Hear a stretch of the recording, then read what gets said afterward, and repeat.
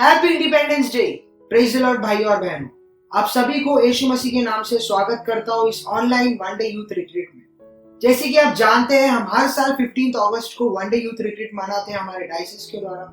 जो हम इस साल नहीं कर पा रहे हैं, हम नाच नहीं पा रहे, हम गा नहीं पा रहे, बट कोई नहीं, हम अपने डायसिस के द्वारा इस one day youth retreat, online 12th youth retreat को मनाने जा रहे हैं। घर बैठे बैठे, अपने घर बैठे हम यीशु मसीह के नाम की महिमा करने जा रहे हैं। तो आइए हम साथ मिलकर यीशु मसीह के नाम की महिमा करते हैं, गाते हैं, उनके नाम की आराधना करते हैं। तो आइए हम चलते हैं, शुरुआत करते हैं एक छोटी सी प्रेयर के साथ।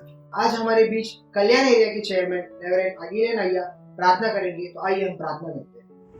கிறிஸ்துவுக்குள் அன்பான தம்பி தங்கைமார்களே, உங்கள் யாவருக்கும் ஆண்டவராகிய இயேசு கிறிஸ்துவின் இனிய நாமத்திலே என்னுடைய மனமார்ந்த வாழ்த்துதலை நான் தெரிவித்துக் கொள்கிறேன். இந்த ஆகஸ்ட் 15ஆம் தேதி இன்றைக்கு இந்த ஆன்லைன் மூலமாக நம்முடைய மும்பை பேராயத்தினுடைய வாலிப கூடுகையிலே எங்களோடு கூட இணைந்திருக்கக்கூடிய உங்கள் ஒவ்வொருவரையும் நாங்கள் வாழ்த்துகிறோம். ஆண்டவர் தாமே இந்த நிகழ்ச்சியை நாம் ஏறெடுப்பதற்கு உதவி செய்திருக்கிறார். லாக்டவுன் பீரியட்ல இருந்தாலும் கூட இந்த ஆன்லைன் மூலமாக நாம் கூடி வர ஆண்டவர் கொடுத்த கிருபைக்காக நன்றி செலுத்துவோம். இந்த கூடுகை தேவன் நமக்கு ஆசீர்வதிக்கும்படியாக நாம் ஜெபிப்போம். எங்களை அதிகமாக நேசிக்கிற எங்கள் அன்பின் ஆண்டவரே, இந்த நல்ல காலை வேளைக்காக நாங்கள் உண்மை நன்றியோடு ஸ்தோத்திரிக்கிறோம், உண்மை துதிக்கிறோம் சுவாமி. இந்த நாளிலும் கூட கர்த்தாவே, அருமையான எங்களுடைய வாலிப பிள்ளைகள் மும்பை பேராயத்தில் உள்ள பல திருச்சபைகளிலிருந்து எங்களோடு கூட இந்த ஆன்லைன் ஆண்டவரே ஆராதனையிலே இணைந்திருக்கக்கூடிய பிள்ளைகள் ஒவ்வொருவருக்காகவும் நாங்கள் நன்றி செலுத்துகிறோம். இந்த நாளின் கூடுகை எங்கள் ஒவ்வொருவருக்கும், விசேஷமாக அருமையான வாலிப பிள்ளைகளுக்கு ஒரு ஆசீர்வாதமான ஒரு நாளாக இருக்க நாங்கள் ஜெபிக்கிறோம். அது மட்டுமல்ல, இந்த நாளிலே எங்களோடு கூட ஆண்டவரை இணைந்திருக்கக்கூடிய ஒவ்வொரு போதர்களுக்காக, எங்களுடைய பேராயருக்காக மற்றும் செய்தியாளர்களுக்காக நன்றி செலுத்துகிறோம். உங்களுடைய வார்த்தையின் மூலமாக எங்கள் ஒவ்வொருவரையும், விசேஷமாக எங்களுடைய வாலிப பிள்ளைகளை ஆண்டவரை நீர் தொடும்படியாக நாங்கள் ஜெபிக்கிறோம். கர்த்தாவே, உங்களுடைய வார்த்தை எங்களோடு கூட ஊடுருவ எங்களை அர்ப்பணிக்கிறோம். இந்த நாளின் கூடுகையில ஆங்காங்கே இணைந்திருக்கக்கூடிய பிள்ளைகள் ஆண்டவரே, எல்லாரும் கொடுக்கப்பட்ட தலைப்பின் அடிப்படையில இவை எல்லாவற்றிலும் நாங்கள் ஜெயம் கொள்ளுகிறவர்களாக இருக்கிறோம். இந்த கொரோனா பீரியடிலே, ஆண்டவரே லாக்டவுன் பீரியட்ல இந்த கொரோனா வைரஸ்னாலே நாங்கள் பாதிக்கப்படாதபடி எங்களை பாதுகாத்தீர், உமக்கு ஸ்தோத்திரம். கிறிஸ்துவின் அன்பை விட்டு எதுவும் எங்களை பிரிக்க முடியாது என்ற ஆண்டவரே பவுலப்போஸ்தலனுடைய ஆண்டவரை கூற்று எங்களுடைய வாழ்க்கையில உண்மையாக இருக்கட்டும். எந்த ஒரு சூழ்நிலையிலும் உங்களுடைய அன்பை விட்டு எதுவுமே எங்களை பிரிக்க முடியாது என்ற ஆழ்ந்த விசுவாசத்திலே நாங்கள் வளர்ந்து செல்ல கர்த்தர் எங்களுக்கு உதவி செய்யும். துதிகன மகிமையாவற்றை நீர் எடுத்துக்கொள்ளும். மேற்பர் இயேசுவின் மூலம் ஜெபிக்கிறோம் எங்கள் ஜெபம் கேளு நல்ல பிதாவே, ஆமென். Have a good day. God bless you. Thank you pastor ji. इस साल की यूथ रिट्रीट का थीम है we are more than a conqueror. Romans chapter 8 verse 37। तो आइए हम शुरुआत करते हैं इस मीटिंग का एक सुंदर से गाने के साथ। हमारे बीच ECI कल्याण ईस्ट जेरूशलेम चर्च के एंट्री ऑफ यूथ फेलोशिप के द्वारा। तो आइए हम शुरुआत करते हैं।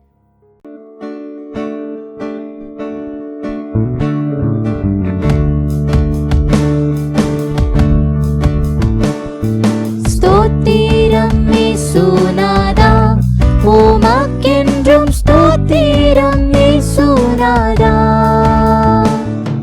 ஸ்தோத்திரம் இயேசுநாதா, உமக்கென்றும் ஸ்தோத்திரம் இயேசுநாதா. ஸ்தோத்திரம் செய்கிறோம் இன்னடியார் திருநாமத்தின் ஆதரவில். ஸ்தோத்திரம் செய்கிறோம் இன்னடியார் திருநாமத்தின் ஆதரவில். நீரல்லால் எங்களுக்கு பரலோகில் யாருண்டு ஜீவநாதா. நீரல்லால் எங்களுக்கு பரலோகில் யாருண்டு ஜீவநாதா. நீரே அன்றி ஈகத்தில் வேறொரு திட்டமில்லை பரனே. நீரே அன்றி ஈகத்தில் வேறொரு திட்டமில்லை பரனே.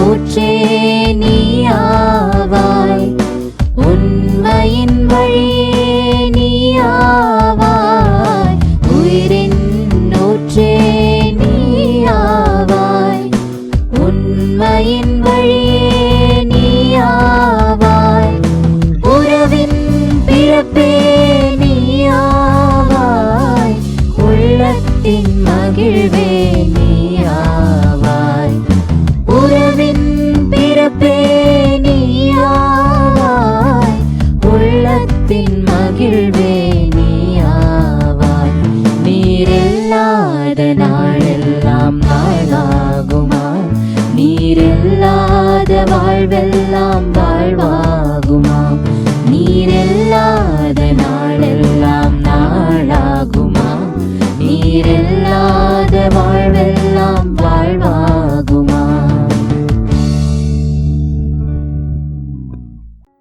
Thank you एवाईएफ।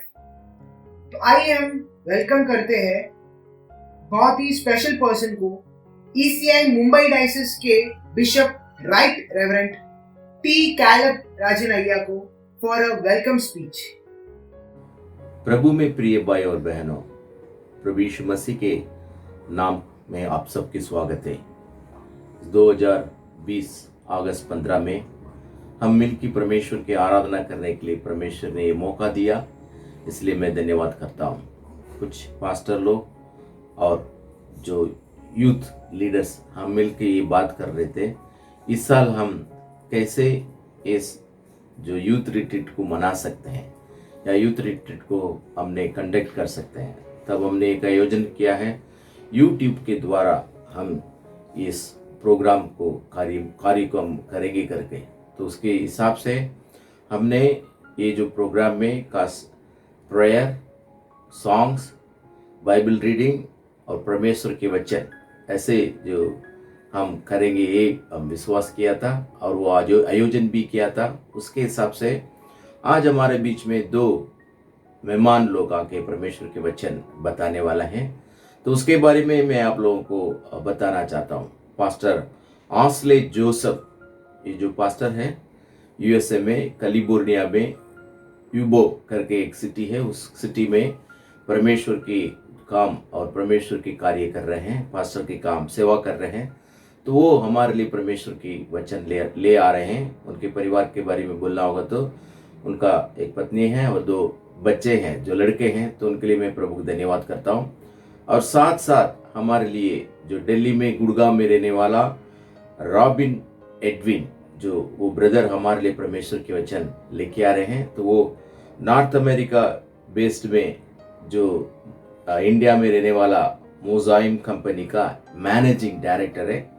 और उनके परिवार के बारे में बोलेंगे तो उसका उनकी एक वाइफ और 2 लड़कियां हैं, बेटियां हैं।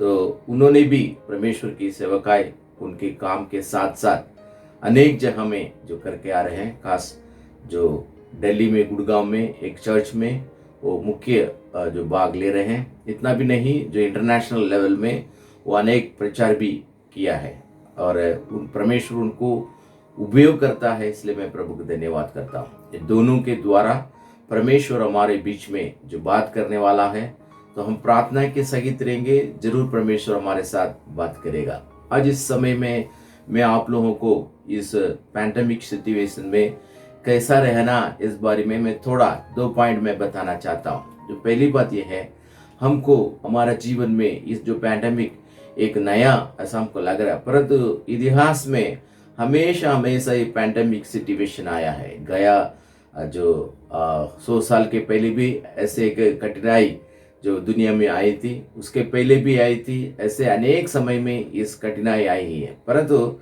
इस हर एक जो कठिनाई में लोग कैसे पार करना, इस बातों में बहुत चिंतित होकर वो लोग अपना मन, अपना हृदय, अपना ज्ञान को लगा के वो आगे बढ़ा है। ईश्वर भी उनको मदद और सहायता किया है, ऐसे हम बाइबल में पढ़ सकते हैं और इतिहास भी यही बताती है। तो आज मैं 2 व्यक्ति के बारे में बताना चाहता हूँ। एक तो जोसेफ, जो यूसुफ अपना जीवन में कुछ भी मैंने गलत नहीं किया, फिर भी मैं इस जेल में हूँ करके वो बता रहा है। मतलब जो सच्चाई के साथ जीवन जीना चाहता था, परंतु उसके ऊपर झूठे इंसाम लगा के उसको जेल में डाल दिया गया। फिर भी उनका विश्वास को कभी वो छोड़ा नहीं, कितनी भी तकलीफ मुसीबत, परंतु उसमें अपना जीवन में कभी किसी जो दुख और संकट में आया नहीं। वो बात उनको ईश्वर के नज़दीक में रखना के लिए और ईश्वर की ज्ञान से भरने के लिए बहुत मदद किया करके परमेश्वर के वचन कहता है। तो वो जो संकट से अंदर घुस के वो गया, परंतु उसके जीवन में पीछे बहुत बड़ा आशीर्वाद मिली है। पूरा इजिप्ट को जो मिस्र देश का एक अधिकारी बन गया करके परमेश्वर के वचन से हम पढ़ते हैं। और ऐसे पौलुस के जीवन में हम देखेंगे तो जो एक्ट्स ऑफ अपोस्टल चैप्टर 21 से लेकर अंत तक हम देखेंगे तो बहुत बड़े समस्या के बीच में जो गुजर रहा था, परंतु सभी जो प्रॉब्लम, सभी तकलीफ को वो तकलीफ ऐसे कभी नहीं समझा, बाकी उसके अंदर कैसे गुजरना है, उसको कैसे उपयोग करना है, ईश्वर के लिए और ईश्वर की सच्चाई के लिए कैसे जीवन जीना है, ये सभी बातों को आगे लेके पौलुस आगे बढ़ा करके परमेश्वर के वचन कहता है। हमको ये अभी कठिनाई के समय है, हम इसमें दुखित और चिंतित होने का जरूरत नहीं, क्योंकि परमेश्वर के वचन कहता है ईश्वर से हम मांगने से, ज्ञान और बुद्धि से हमें भरपूर करके उसमें से कैसा प्रसार करना और कैसे उसे बाहर करना, इस बातों को ईश्वर हमको समझाता करके परमेश्वर के वचन कहता है। तो मेरे प्रिय भाई बहनों, हमको स्कूल जाने का या कॉलेज जाने का और ऑफिस जाने का ये मौका नहीं मिला होगा, शायद कभी कभी हमारा नौकरी भी हमसे निकला गया होगा, परंतु एक बात हम समझना है, हम हमारा ईश्वर की दया से, कृपा से, मैं दूसरा क्या करूं, आगे क्या करूं, वही समझकर हम आगे जाने के लिए हम आगे बढ़ेंगे। जैसे वो जेम्स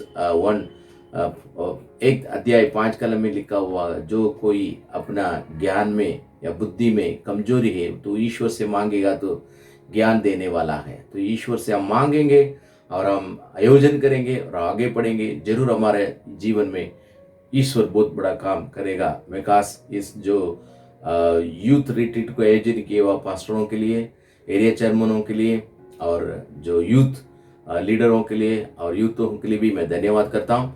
आप सब लोग इसमें भाग ले लो और परमेश्वर के आशीर्वाद प्राप्त करो। परमेश्वर हम सबको आशीर्वाद दे, आमीन। प्रार्थना करेंगे। सर्वशक्तिमान पिता परमेश्वर, इस सुंदर समय के लिए हम धन्यवाद करते हैं। प्रभु जी, ये जो रिट्रीट हमने मनाने के लिए आपने कृपा किया, सर हम धन्यवाद करते हैं। इसके द्वारा प्रभु हम सब आपके आशीर्वाद प्राप्त करने, कैसे हम इस दुनिया में जीना है वो सब सीखने हमें कृपा कर। हम सबका आप आशीर्वाद कर, छोटी बिंदी उद्धार करता प्रभु यीशु मसीह के नाम से मांगते हैं, आमीन आमीन। थैंक यू बिशप भैया। आइए हम आगे बढ़ते हैं प्रभु यीशु मसीह की उपस्थिति में बाइबल रीडिंग के साथ। The scripture portion for 12th one day youth retreat is taken from Romans chapter 8 verse 31 to 39. Romans chapter 8 verse 31 to 39. What then shall we say to these things? If God is for us, who can be against us? He who did not spare his own son, but delivered him for us all, how shall he not with him also freely give us all things? Who shall bring a charge against God's elect? It is God who justifies. Who is he who condemns? It is Christ who died and furthermore is also risen, who is even at the right hand of God, who also makes intercession for us. Who shall separate us from the love of Christ? Shall tribulation or distress or persecution or famine or nakedness or peril or sword? As it is written, for your sake we are killed all day long. We are accounted as sheep for the slaughter. Yet in all these things we are more than conquerors through him who loved us. For I am persuaded that neither death, nor life, nor angels, nor principalities, nor powers, nor this present, nor things to come, nor heights, nor depth, nor any other created things shall be able to separate us from the love of God, which is in Christ Jesus our Lord. Amen. Thank you brother. आइए हम परमेश्वर की वचन सुनते हैं। उससे पहले हमारे बीच उपस्थित रेवरेंड सुनील गावित जी प्रेयर करेंगे। Let's pray. आइए हम आंखों को बंद करें और प्रार्थना में अपने सर को झुकाएं। हे हमारे अनुग्रहकारी और जीवित खुदावन, हमारे उद्धारकर्ता प्रभु यीशु मसीह के नाम में आपके अनुग्रहकारी सिंहासन के निकट आते हैं। धन्यवाद करते हैं पिता परमेश्वर इस जीवन के लिए और जीवन की सभी आशीषों के लिए जो प्रतिदिन आप हमारे जीवनों में देते हैं। प्यार खुदावन, धन्यवाद करते हैं इस सुंदर अवसर के लिए, इन सुंदर माध्यमों के लिए जिसके द्वारा प्रभु हम आपकी महिमा कर सकते हैं, आपकी स्तुति प्रशंसा आपकी तारीफ कर सकते हैं। धन्यवाद करते हैं प्रभु इन उपकरणों के लिए जिनके माध्यम से पिता परमेश्वर हम एक दूसरे के से जुड़ सकते हैं और इस रीति से आपकी महिमा कर सकते हैं। आज विशेष करके प्रभु जबकि हम लोग इस रीति से आपके वचनों के ऊपर मनन करते हैं, अध्ययन करते हैं, आपकी महिमा आपकी स्तुति प्रशंसा करते हैं और पिता परमेश्वर आपसे विनती आपसे प्रार्थना करते हैं, क्योंकि हम जानते हैं पिता परमेश्वर कि आप सर्वशक्तिमान हैं।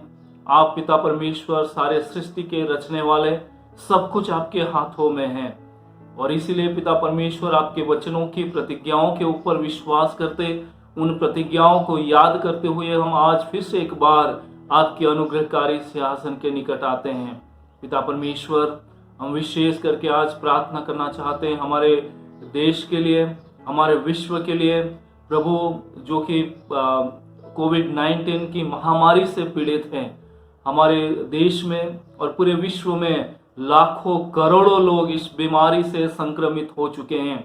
पिता परमेश्वर, हम प्रार्थना करना चाहते हैं उन सभी लोगों के लिए जिन्होंने अपने प्रियजनों को खोया है। दयालु पिता परमेश्वर, आप उन पर दया करें, आप उन पर रहम करें। पिता परमेश्वर, जो कुछ भी कमी जो भी घटी उनके परिवार में, उनके समाज में हुई है, उसकी पूर्ति तो हम नहीं कर सकते हैं, परंतु हम दुआ करते हैं प्रभु आप अपने वचन से, अपने पवित्र आत्मा से उन्हें दिलासा दे, सांत्वना दे, ताकि पिता परमेश्वर वे आप में बल पकड़े और आगे बढ़ने वाले हो सके, आपकी स्तुति आपकी तारीफ करने वाले हो सकें। प्रभु आज जबकि हम ECI मुंबई डायोसिस के यूथ के रूप में या मिल करके आपकी आराधना करते हैं, आपके वचनों को सीखते हैं, प्रभु हमारे साथ हमारे सभी जवानों के लिए हम प्रार्थना करते हैं। प्रभु आप सबके साथ रहें, उन पर आपका अनुग्रह रहे, ताकि प्रभु अपने जवानी के समय में आपको अपना सृजनहार करके, जान करके प्रभु आपके पीछे चलने वाले हो सकें। हमारे जवानों के जीवनों को देख करके बहुत सारे लोग आपकी महिमा आपकी स्तुति करने वाले हो सकें। प्रार्थना करते हैं प्रभु आज इस विशेष दिन जब हम आपके वचनों को सुनते हैं, आपके वचन जो जीवित है, आपके वचन जो पवित्र हैं, आपके वचन जो कि पवित्र आत्मा की प्रेरणा से लिखे गए हैं, प्रभु इन वचनों के माध्यम से आज हमसे बातें करें, हमारे सभी जवानों के साथ बातें करें। हमारे जो वक्तागण हैं उनके लिए हम दुआ करते हैं, अपने पवित्र आत्मा से उन्हें परिपूर्ण करें, अपने सामर्थ्य को उन्हें दें, ताकि प्रभु एक एक लफ्ज जो उनके मुंह से निकलता है प्रभु वे आपकी ओर से हो और हम सबों की आत्मिक उन्नति के लिए प्रभु ये वचन महत्वपूर्ण साबित हो सकें। दयालु पिता परमेश्वर, आज के दिन हमारे साथ जुड़े सबों को आपके हाथों में देते हैं। धन्यवाद करते हैं पिता परमेश्वर कि आपने हमारी दुआओं को सुना है और हम विश्वास करते हैं कि आपने हमारे दुआओं का हाँ और आमीन में उत्तर दिया है। इसी विश्वास के साथ इस विनती को हमारे उद्धारकर्ता मसीह यीशु के नाम से मांगते हैं, आमीन।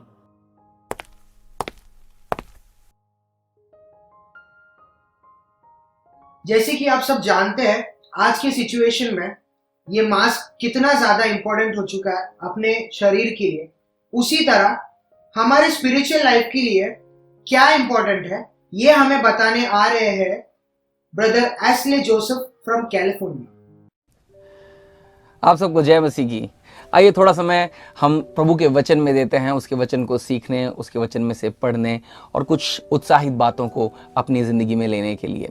आज मैं आपके बीच में रोमी की किताब उसके 8 अध्याय 31 से लेकर 39 पद से कुछ बातें रखना चाहता हूं।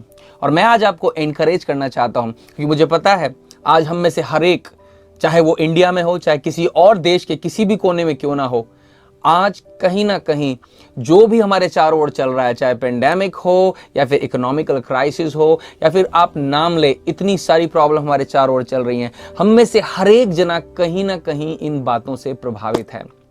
हम में से बहुत से लोग निराश हैं। इनफैक्ट आप इंडिया में देखिए, इन दिनों सुसाइड लोग कर रहे हैं। सिर्फ इंडिया में नहीं, इनफैक्ट दुनिया के कई देशों में जो सुसाइडल रेट्स हैं वो बढ़ती चली जा रही हैं। क्यों बढ़ती चली जा रही हैं? क्योंकि इंसान, जवान चाहे बूढ़ा हो, चाहे यंग हो, हर कोई आज एक आशा को अपने जीवन में खोता चला जा रहा है, होप खोता चला जा रहा है, और उन्हें लग रहा है कि वो जिंदगी की इस लड़ाई को हार चुके हैं। जिंदगी में आगे बढ़ना उनके लिए अब मुमकिन नहीं है, उनके पास में आने वाला कोई फ्यूचर नहीं बचा है। लेकिन आज मैं वचन से, परमेश्वर के वचन से आपको उत्साहित करना चाहता हूं और आपको बताना चाहता हूं कि चाहे कोई भी बीमारी, चाहे कोई भी जोखिम, चाहे कोई भी बदहाली आपके जीवन में क्यों ना आ जाए, यदि आप मसीह यीशु में हैं, यदि आपके जिंदगी में यीशु मसीह है, तो आप हर हाल, हर परिस्थिति में, हर समस्या, हर बीमारी में, हर चुनौती में एक जयवंत से भी बढ़कर हैं। Hallelujah. You are more than a conqueror through Jesus Christ who loves you. आइए परमेश्वर के वचन को हम लोग पढ़ते हैं। यहां पर लिखा हुआ है रोमियो की किताब और उसके 8 अध्याय के अंदर लिखा हुआ है 31 पद से, अतः हम इन बातों के विषय में क्या कहें? यदि परमेश्वर हमारी ओर है तो हमारा विरोधी कौन हो सकता है? जिसने अपने निज पुत्र को भी न रख छोड़ा, परंतु उसे हम सब के लिए, आपके और मेरे लिए, हम सब के लिए दे दिया, वो उसके साथ हमें और कुछ क्यों ना देगा? हालेलुया। परमेश्वर ने अपने इकलौते बेटे को आपके और मेरे लिए दिया, और यहां पर पौलुस कहता है कि अगर उसने अपना इकलौता कीमती बेटा आपके और मेरे लिए दे दिया, तो बाकी सब चीजें फिर क्या है देने के लिए? हालेलुया। वो कहता है परमेश्वर के चुने हुओं पर कौन दोष लगाएगा? परमेश्वर ही है जो उनको धर्मी ठहराने वाला है। फिर कौन है जो दंड की आज्ञा देगा? मसीह है जो मर गया वरन मुर्दों में से जी भी उठा और परमेश्वर के दाहिनी ओर है और हमारे लिए निवेदन भी करता है। कौन हमको मसीह के प्रेम से अलग कर सकता है? क्या क्लेश या संकट या उपद्रव या अकाल या नंगाई या जोखिम या तलवार? जैसा लिखा है, तेरे लिए हम दिन भर घात किए जाते हैं, हम वध होने वाली भेड़ों के समान गिने हुए हैं। लेकिन 37 पद में ध्यान से सुनिए प्रभु का वचन क्या कहता है। परंतु हम इन सब बातों में, किन सब बातों में बात कर रहा है जो हमने पढ़ा 35वें पद के अंदर? क्लेश, संकट, उपद्रव, अकाल, नंगाई, जोखिम, तलवार, डेंजर, मुसीबतें, इन सब बातों में प्रभु का वचन कहता है हम उसके द्वारा जिसने हमसे प्रेम किया जयवंत से भी बढ़कर हैं। हालेलुया। अक्सर जब हमारे जीवन में मुसीबतें आती हैं और जब लोग डिफीटेड फील करते हैं, अक्सर उसका कारण ये होता है, और उसमें मैं अपने आप को भी इंक्लूड करता हूं, क्योंकि मैं कोई किसी दूसरी दुनिया, किसी दूसरे जगह से नहीं आया। मैं भी आपके ही समान हमेशा मुश्किलों से होकर गुजरता हूं, और एक समय था मेरी जिंदगी में जब मैं भी बड़ी ही परेशानियों से होकर गुजर रहा था। सारा जोर लगा लिया, सारी बुद्धि लगा ली, सारे रिसोर्सेस लगा लिए, लेकिन मैं अपनी परेशानियों से निकल नहीं पाया। एक हारी हुई जिंदगी जी रहा था और समझ में नहीं आता था कि इस जिंदगी में कभी मुझे जय भी मिलेगी कि नहीं, कभी इस जिंदगी में विक्टोरियस होऊंगा भी कि नहीं, या अपनी इस जिंदगी में कभी मैं सक्सेसफुल होऊंगा भी कि नहीं। लेकिन एक दिन आया जब यीशु मसीह मेरी जिंदगी में आया, और जब यीशु मसीह मेरी जिंदगी में आया, उसके द्वारा, अपने बल से नहीं, लेकिन यीशु मसीह ने जो किया उसके द्वारा, जैसा उसका वचन कहता है, मैंने एक जयवंत जीवन जीना सीखा, एक्सपीरियंस किया, और आज खुदा का शुक्र है कि मैं जानता हूं कि एक विक्टोरियस लाइफ में जी रहा हूं, एक विक्टोरियस लाइफ में जी रहा हूं। और मैं आपको बताना चाहता हूं, यदि आज आप अपने आप में हारा हुआ महसूस कर रहे हैं, अगर आज आप अपने आप में निराश महसूस कर रहे हैं, या आपको अपने सामने परेशानियां, मुश्किलें दिखाई दे रही है, अपना जोर लगाना छोड़ दीजिए, अपनी ताकत का इस्तेमाल करना छोड़ दीजिए, प्रभु के पास आइए। यीशु मसीह के द्वारा आपको जय मिलेगी। This is what this word says. यही ये वचन भी कहता है।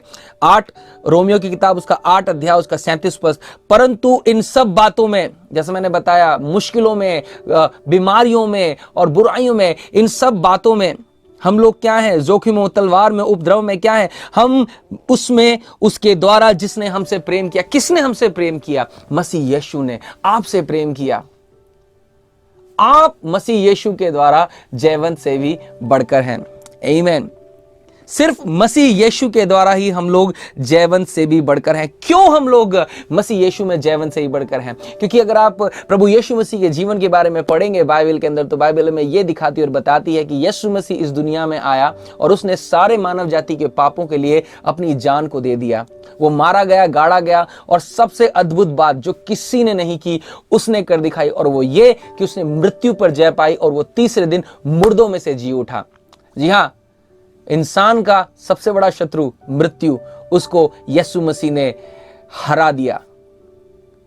और इसलिए अब जो कोई भी यीशु मसीह पे विश्वास करता है, जो कोई भी उसके नाम से उद्धार पाता है, उसको वो जय जो यीशु मसीह ने मृत्यु पे पाई है उसे ही मिलती है। फॉर एन एग्जाम्पल, अगर कोई ग्रुप या कोई देश कहीं वॉर करने जाता है, कहीं लड़ाई करने जाता है, तो पूरा देश या देश के नागरिक उस लड़ाई में प्रैक्टिकली इन्वॉल्व नहीं होते हैं। इन्वॉल्व कौन होता है? मोस्टली आर्मी इन्वॉल्व होती है, जनरल्स इन्वॉल्व होते हैं, या लीडरशिप इन्वॉल्व होती है। लेकिन उस देश को, उस ग्रुप को जब जय मिलती है, तो वो जय, वो विजय सिर्फ उस आर्मी की नहीं होती, लेकिन उस देश के उन सारे लोगों की होती है जो वहां के नागरिक हैं और उस ग्रुप, उस देश से जुड़े हुए हैं। एग्जैक्टली लाइक दैट, यीशु मसीह ने जो क्रूस पे कर दिखाया, यीशु मसीह ने जो जय पाई है, वो सिर्फ यीशु मसीह की नहीं है, लेकिन उन सब की जय है, उन सब की विजय है, उन सब की ताकत है, उन सब की सामर्थ है जो यीशु मसीह में है, जो यीशु मसीह में है। ये जिन्होंने यीशु मसीह के द्वारा उद्धार पाया है, जिन्होंने यीशु मसीह के द्वारा नया जीवन पाया है, जिनके जिंदगी में यीशु मसीह है। इसलिए मैं आपको इनकरेज करना चाहता हूं आज। हो सकता है कि आप भी निराशाओं से होकर गुजर रहे हो सकता है कि आप भी हताशाओं से होकर गुजर रहे हो सकता है कि बहुत सारी आने वाले कल की चिंताएं आज आपके सामने हो। हिम्मत मत हारिए, हिम्मत मत हारिए, यीशु मसीह में मजबूत बने रहिए, क्योंकि हर मुश्किल हट जाएगी, हर मुश्किल और हर जो परेशानी है उसका समाधान निकलेगा, क्योंकि यीशु मसीह आपके साथ में है, यीशु मसीह आपके साथ में है। 3 बातें आज मैं आपको इस बारे में बताना चाहता हूं, उसके बाद में हम अंत में छोटी सी एक प्रार्थना आपके संग करना चाहेंगे। 3 बातें, अगर आज आप अपने जीवन में हारा हुआ महसूस कर रहे हैं, अगर आज आप अपने जीवन में डिफीटेड महसूस कर रहे हैं, अगर आज आप अपने जीवन में आशाहीन महसूस कर रहे हैं, आपको लगता है कि हाँ, सुनने में बहुत अच्छा लगता है, लेकिन पता नहीं मैं अपनी जिंदगी में कभी विक्टोरियस, सामर्थ्य महसूस कर भी पाऊंगा कि नहीं, तो मैं आपके लिए इन 3 बातों को आज प्रभु के वचन से रखना चाहता हूं। रोमी की किताब उसके 8 अध्याय और 37 पद में जैसा पढ़ा कि हम जयवंत से भी बढ़कर हैं उसके द्वारा जिसने हमसे मोहब्बत की, जिसने हमसे प्रेम किया, अर्थात यीशु मसीह के द्वारा। कैसे आप एक विक्टोरियस लाइफ जी सकते हैं, इसके बारे में मैं 3 बातें आज इस समय आपको बताना चाहता हूं। पहली बात, believe in Jesus Christ. Believe in Jesus Christ. सुनने में बहुत आसान लगता है, हाँ, कौन सी बड़ी बात है, लेकिन बहुत से लोग हैं जो इस बात से चूक जाते हैं, बहुत से लोग हैं जो इस बात को समझ नहीं पाते हैं। यीशु मसीह पर विश्वास रखिए। मैं कई लोगों से बातें करता हूं, कहता हूं कि अगर आपके जीवन में परेशानी है, why don't you trust in Jesus? क्यों ना आप यीशु मसीह पर विश्वास करके देखिए कि वो आपकी मुसीबतों, आपकी जिंदगी को बदलता तो है। हाँ, क्यों नहीं, बिल्कुल बिल्कुल, लोग ऐसे करके बोलते हैं। मैं भी एक समय था जब ऐसे बोलता था, हाँ, व्हाई नॉट, बिल्कुल बिल्कुल।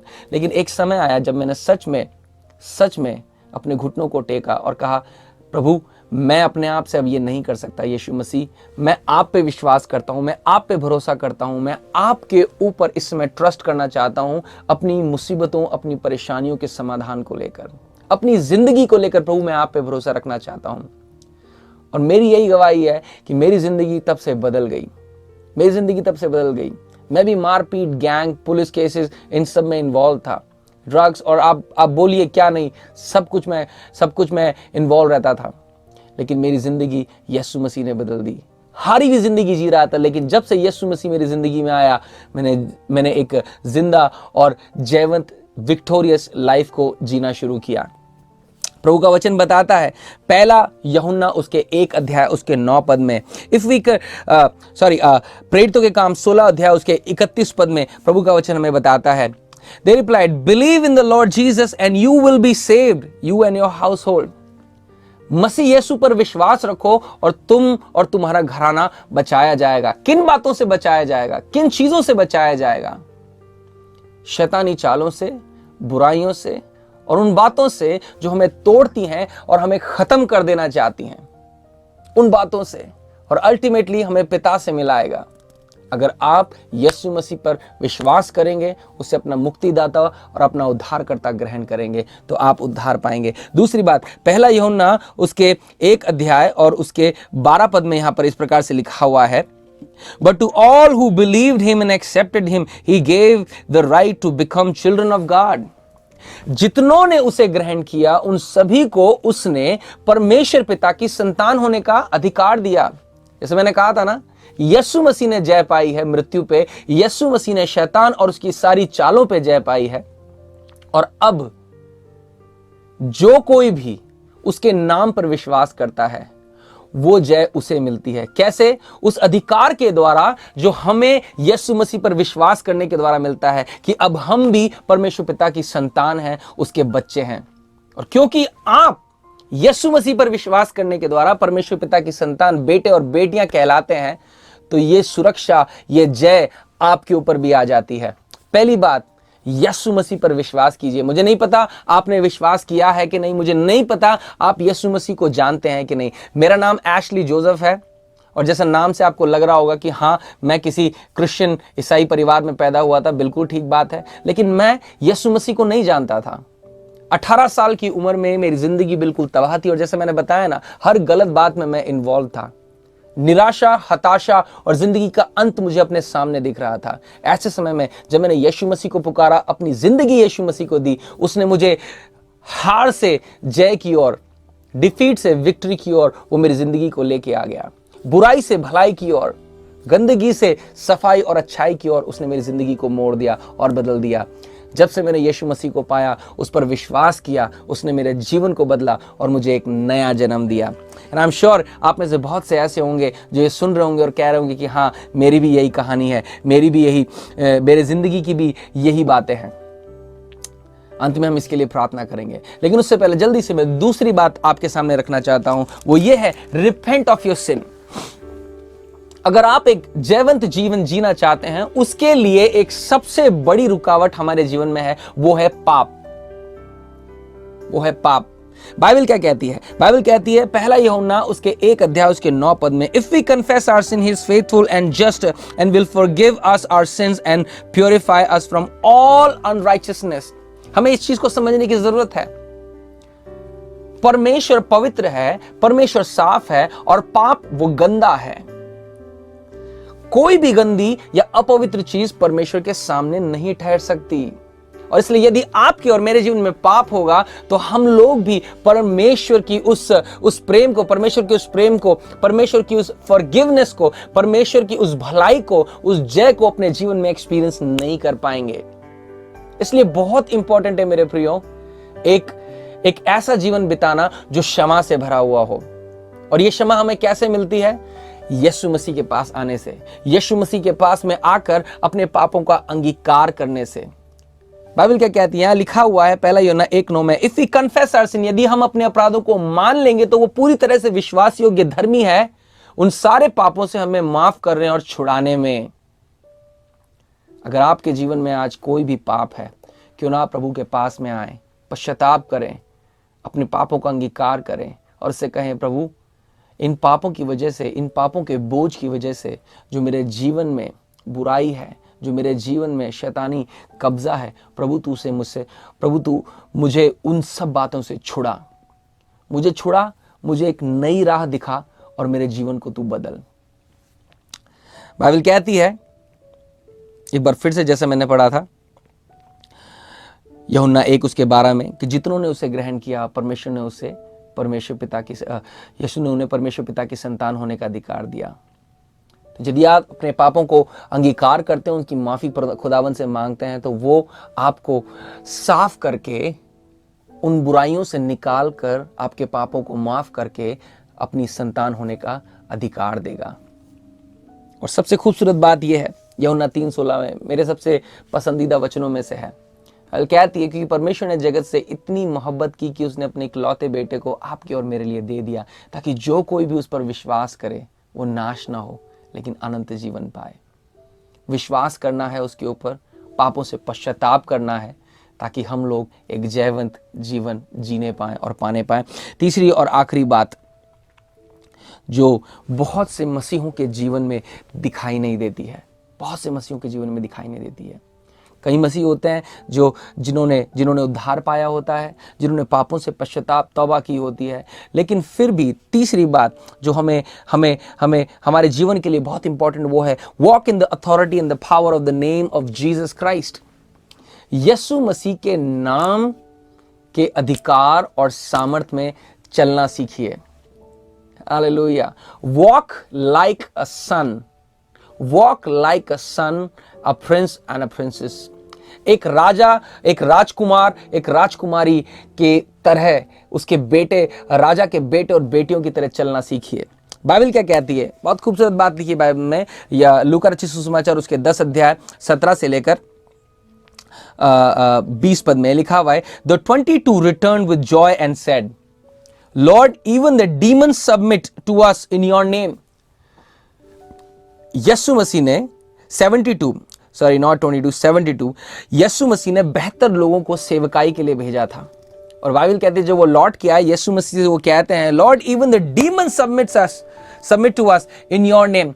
जो दुष्ट आत्माएं हैं वो भी तेरे नाम से हमारे सामने समर्पण कर देती हैं। यीशु मसीह क्या कहता है? He replied in verse 18, I saw Satan fall like lightning from heaven, कि मैंने शैतान को आसमान से बिजली की तरह गिरते हुए देखा। I have given you authority to trample on snakes and scorpions and to overcome all the power of the enemy.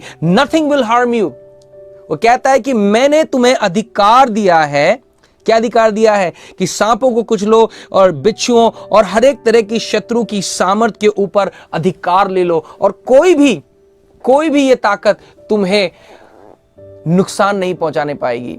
यहां पर जब सांपों और बिच्छुओं की बात हो रही है, यहां पर लिटरली जानवरों की बात नहीं कर रहा है प्रभु, लेकिन उन दुष्ट आत्माओं, उन दुष्ट शक्तियों की प्रभु बात कर रहा है जो आपके और मेरे जीवन को बर्बाद करने के लिए दिन रात लगे पड़े हैं। पर वो कह रहा है कि मैंने तुम्हें, किन्हें? जिन्होंने मेरे नाम से उद्धार पाया है, जिन्होंने अपने पापों की क्षमा यीशु के नाम में पाई है, मैंने उन्हें ये अधिकार, ये अथॉरिटी अपने नाम में दी है। ये सब चीजें तुम्हें छू भी ना पाएगी। कम ऑन, अगर आज आपके जीवन में ऐसी कोई भी समस्या, परेशानी है, प्रार्थना में जाइए, यीशु के नाम में अधिकार लीजिए और उन विपत्तियों, उन बुराइयों को, उन परेशानियों को अपने पैरों के नीचे यीशु के नाम से ले आइए, क्योंकि उसके वचन में लिखा है, कहिए प्रभु तूने मुझे अधिकार दिया है, तूने मुझे दुष्ट की ताकतों के ऊपर अधिकार दिया है प्रभु, और आज मैं उस अधिकार के साथ में प्रार्थना करता हूं यीशु मसीह के नाम में प्रभु, क्योंकि तेरा वचन कहता है कि तुझ में मैं जैवन से भी बढ़कर हूं। हालेलुया। कहे मेरे साथ में, मैं यीशु मसीह में जैवन से भी बढ़कर हूं। आमीन। यीशु मसीह में हम जैवन से भी बढ़कर हैं। इसलिए मेरे प्रिय भाइयों बहनों, अगर आज आपने अपनी जिंदगी यीशु मसीह को दी है, अगर आज आपने अपना जीवन यीशु मसीह को दिया है, ये सुनने में बड़ा अच्छा लगता है कि हाँ हम लोग जिंदगी जी सकते हैं, लेकिन ये उनके लिए जिन्होंने अपनी जिंदगी यीशु मसीह को दी है, जैसा मैंने अभी तक आपके सामने रखा। रोमियो उसके 8 और उसके 37 में एक बार फिर से रिपीट करना चाहता हूं, वहां कहता है कि अब हम मसीह यीशु में, जिसने हमसे प्रेम किया, जैवन से भी बढ़कर हैं। अपनी सामर्थ में नहीं, लेकिन मसीह की सामर्थ में। तो इसलिए अगर आज आपने अपनी जिंदगी यीशु मसीह को दी है, प्रेज द लॉर्ड, खुदावंद का शुक्र हो कि आप जैवन से भी बढ़कर हैं। उस अधिकार का उपयोग कीजिए, उस सामर्थ का जो मसीह ने आपके अंदर दी है उपयोग कीजिए, उसमें वॉक कीजिए। लेकिन आप, मुझे शायद पहली बार हो सकता है सुन रहे हो, या आपने कभी इस बारे में ध्यान नहीं दिया, चर्च आते रहे लेकिन कभी सोचा नहीं मसीह को अपनी जिंदगी देने के लिए। आप हो सकता है कि आज अपनी लाइफ डिफीटेड फील और जी रहे हैं। हो सकता है ये समय आपके लिए है। क्यों ना आप इस समय एक कदम उठाएं, एक निर्णय लें कि प्रभु बहुत हुआ, मैं अपनी सामर्थ से अपनी जिंदगी में जीता रहा, लेकिन इस समय क्यों ना प्रभु मैं अपने जीवन को तेरे हाथों में सौंप दूं। एक समय था मेरी जिंदगी में जब मैं 18 साल का था, 2002 की बात है। मैं भी बहुत स्केप्टिकल था, पता नहीं ये क्या बातें हो रही हैं। लेकिन जब मैंने अपनी ज़िंदगी यीशु मसीह को दी, मैंने देखा कि उसने सच में उसने मेरी ज़िंदगी को बदल दिया। अगर यीशु मसीह मेरी ज़िंदगी में नहीं आता तो आज मैं किसी जेल में सड़ रहा होता, बुराइयों में अपनी ज़िंदगी को बिता रहा होता, हारे हुए इंसान की तरह। लेकिन जब यीशु मसीह मेरी ज़िंदगी में आया 29 जून 2002 को, उसने मेरी पूरी तरह से ज़िंदगी को बदल दिया। और उसके बाद से मैंने कभी भी एक हारी हुई ज़िंदगी नहीं जी। एक विक्टोरियस लाइफ, एक जयवन से भी बढ़कर ज़िंदगी तब से मैं जीता चला आ रहा हूँ और हमेशा जीऊँगा। वो इसलिए क्योंकि मैं अपनी सामर्थ पे नहीं लेकिन प्रभु की सामर्थ पे भरोसा रखता हूँ। मैं अपनी ताकत पे नहीं, अपने गुणों पे नहीं, लेकिन प्रभु ने जो मेरे लिए किया है उस पर भरोसा रखता हूँ। और मैं आज आपको यही इनकरेज कर रहा हूँ कि ये आपके लिए भी अवेलेबल है। आप भी उस सामर्थ को, उस ताकत को, उस जय को, उस विक्ट्री को अपने जीवन में लिए चल सकते हैं। अगर आपने यीशु मसीह को ग्रहण नहीं किया अपनी ज़िंदगी में, तो क्यों ना ये समय मेरे संग आप प्रार्थना करें, अपनी ज़िंदगी यीशु मसीह को दें और रीच आउट कर सकते हैं हमें अगर आपने इस निर्णय को लिया है। हम आपसे और भी अधिक बात करना चाहते हैं। एनीवे, आइए हम लोग प्रार्थना करें। और अगर आपने अपनी ज़िंदगी यीशु मसीह को नहीं दी है तो ये समय आपके लिए है कि आपको और हारी हुई ज़िंदगी जीने की ज़रूरत नहीं है। आप भी एक जयवंत जीवन जी सकते हैं मसीह यीशु के द्वारा। आइए प्रार्थना करें। पिता परमेश्वर, इस समय जो भी भाई बहन इस समय हमसे जुड़ा हुआ है और इस समय आप उसके दिल से बात कर रहे हैं प्रभु, और मेरी यही प्रार्थना है पिता परमेश्वर, यदि वो भाई वो बहन अपनी ज़िंदगी में निराश है, हताश है और अपना जीवन इस समय वो आपको देना चाहती है, प्रभु मैं प्रार्थना करता हूँ उसकी ज़िंदगी को, उस भाई बहन की ज़िंदगी को प्रभु आप अपनी शांति, अपनी सामर्थ, अपनी जय, अपनी विक्ट्री से इसी समय भर दीजिए। प्रभु मेरी प्रार्थना है जबकि वो अपना मुंह खोल के अंगीकार करते हैं कि उन्हें आपकी ज़रूरत है, प्रभु आप उनके जीवन में आइए और उन्हें नया जन्म दीजिए। उनकी ज़िंदगी को प्रभु आप बदल दीजिए जैसे आपने मेरी ज़िंदगी को बदला। प्रभु उन्हें एक नई राह दिखाइए। प्रभु आप उनकी सहायता कीजिए। प्रभु तेरा धन्यवाद देता हूँ प्रभु कि आज भी आप हमारे ज़िंदगियों को बदल रहे हैं और हमसे प्रेम रखते हैं। आप नहीं चाहते कि हम एक हारी हुई ज़िंदगी जिए, लेकिन आप चाहते हैं कि हम एक विक्टोरियस लाइफ जिए। और मैं यही प्रार्थना करता हूँ प्रभु जी, जितने भी इस समय मेरे संग प्रार्थना कर रहे हैं उनमें से हर एक भाई बहन, हर एक जवान, हर एक बुजुर्ग, हर एक बच्चा आपके नाम में, आपके द्वारा, आपकी सामर्थ और आपके प्रेम के द्वारा एक जयवंत जीवन बिताने पाए। तेरा धन्यवाद हो पिता परमेश्वर। सब बातों में प्रभु हम आपको महिमा देते हैं। खुदावंद यीशु मसीह के पाक और पवित्र नाम में इस दुआ को हम मांग लेते हैं। आमीन आमीन। God bless you. Thank you so much for joining with us. Thank you so much brother for such a motivational message. जैसे कि आपने सुना कि हमें 3 चीज अपने लाइफ में रखना है कि हमें अपने लाइफ में विजय पाना है। तो वो 3 चीज है, पहला बिलीव इन जीसस क्राइस्ट, प्रभु यीशु मसीह पर भरोसा कीजिए, और दूसरा है कि हमें अपने पापों का पश्चाताप करना है, और तीसरा है हमें यीशु मसीह के नाम और अधिकार पे चलना है। तो भाइयों और बहनों, इस मैसेज को अपने लाइफ में यूज कीजिए कि हम यीशु मसीह के राह पे चल सके, अपने आप को अपने लाइफ में आगे बढ़ सके और अपने लाइफ को विजय पा सके। इन 3 चीजों को याद रखिए और आगे बढ़िए। Thank you. चलिए एक सुंदर सा गाना हम सुनते हैं और प्रभु यीशु मसीह की महिमा करते हैं।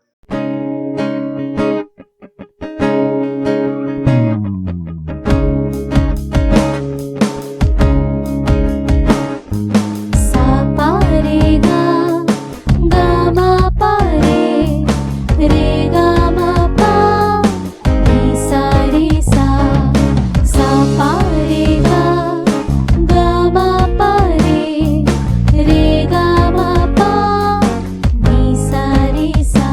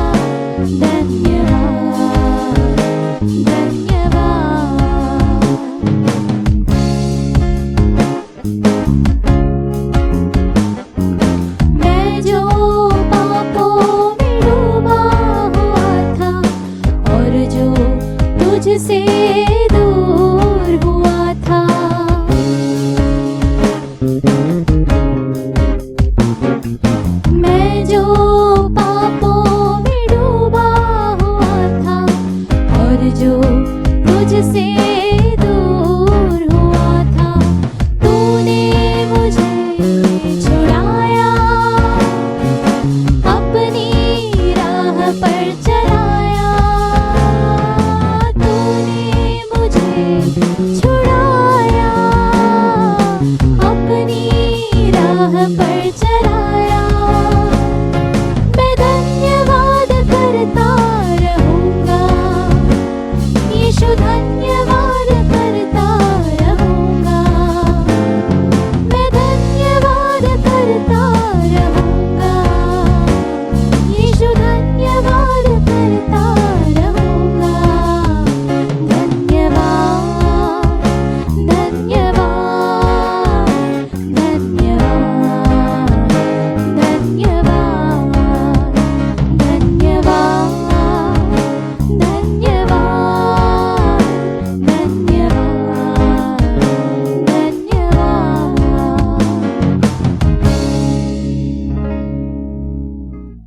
Thank you एवाफ। तो चलिए हम आज के स्पेशल प्रोग्राम की तरफ चलते हैं जो हमारे ECI ठाकुरली चर्च के मैसाया यूथ टीम ने किया है। तो चलिए देखते हैं क्या स्पेशल किया है।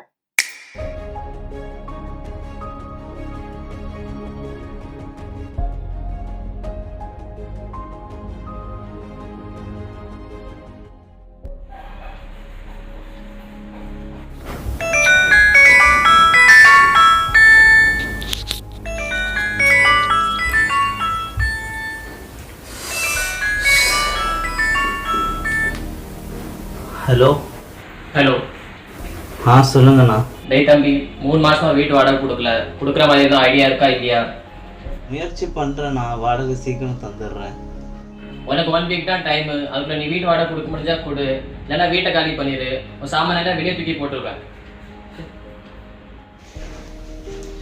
ஆண்டவரே, எப்படியோ ஹவுஸ் ஓனர் 1 வீக் டைம் கொடுத்துருக்குறாரு. உங்களை நம்பி சரின்னு சொல்லிட்டேன். நீங்கள் தான் உதவி செய்யணும். சரி, நம்ம பாஸ்க்கு ஃபோன் பண்ணி பார்ப்போம். 3 மாதம் சேலரி பெண்டிங்காக இருக்குது, கேட்டு பார்ப்போம் கிடைக்குதான்னு.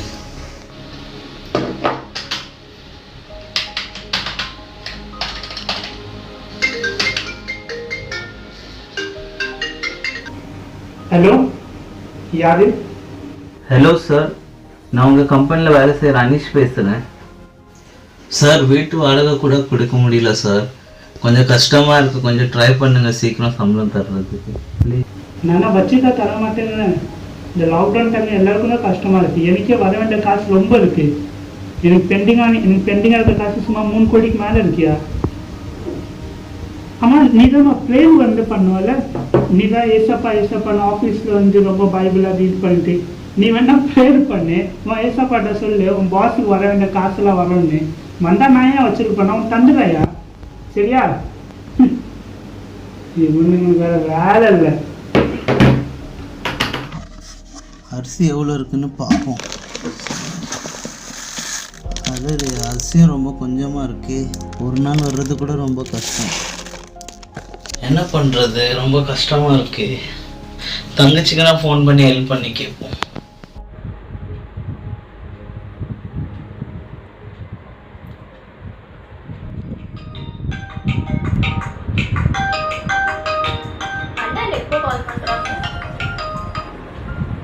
ஹலோ, அண்ணா சொல்லுங்கண்ணா, எப்படி இருக்கீங்க?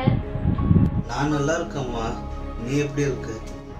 நான் நல்லா இருக்கேன். நான் எனக்கு ஒரு 10,000 ரூபா கடனா வேணுமா? 10,000மா? 10,000க்கு நான் எங்கன்னா போறது? நாங்களே கஷ்டத்துல தான் இருக்கோம்னா, கஞ்சி தானா சாப்பிட்டுட்டு இருக்கோம் நாங்க. இல்லை பரவாயில்லம்மா, நான் பார்த்துக்கிறேன், நீங்கள் பார்த்துருங்க. உடனே பார்த்துக்கோங்க. பாய்மா. எனக்கு வேற வேலை இல்லை. 10,000க்கு நான் எங்க போறது? எல்லார்கிட்டையும் உதவி கேட்டு பார்த்தாச்சு, யார்கிட்டையும் கிடைக்கல. ஆண்டவர்கிட்ட கேட்டு பார்ப்போம், அவர் நமக்கு என்ன நன்மை வச்சிருக்கிறார். கர்த்தர் மேல் உன் பாரத்தை வைத்து விடு, அவர் உன்னை ஆதரிப்பார். நீதிமானை ஒருபோதும் தள்ளாட விட்டார். நன்றி சொல்வே. அம்மையன் உமது வார்த்தை சொல்லுகிறதப்பா. தாவீது காரணமாய் கற்றுத்தருகிறான், கர்த்தர் மேல் உன் பாரத்தை வைத்து விடு, அவரை உன்னை ஆதரிப்பார் என்றுப்பா. இந்த லாக்டவுன் காலங்களில் அநேக மனிதர்களிடத்தில் உதவிகளை கேட்க போனேன் ஆண்டவரே. ஒரு இடங்களில் உதவிகள் கிடைக்கவில்லை. நான் உண்மையே நம்புகிறேன் ஆண்டவரே. நீர் எனக்கு என் பாரங்களை நீக்கி உதவி செய்யுங்க, போச்சுங்க, கடன் பிரச்சனைகளை தீருங்க. மேய்ப்பர் இயேசு மூலம் ஜெபிக்கிறேன் நல்ல பிதாவே, ஆமென். அக்கா நம்ம ப்ரேயர் பண்ணிச்சுல எனக்கு ஒரு விஷன் வந்துச்சு. அப்படியா? எனக்கும் விஷன் வந்துச்சு, யாருக்காச்சும் ஹெல்ப் பண்ணுறேன் அப்படி. அக்கா நம்ம தால் ரைஸ் பேக் பண்ணி பக்கத்து தெருவுக்கு போய் கொடுத்துட்டு வரலாமா? ஓகே.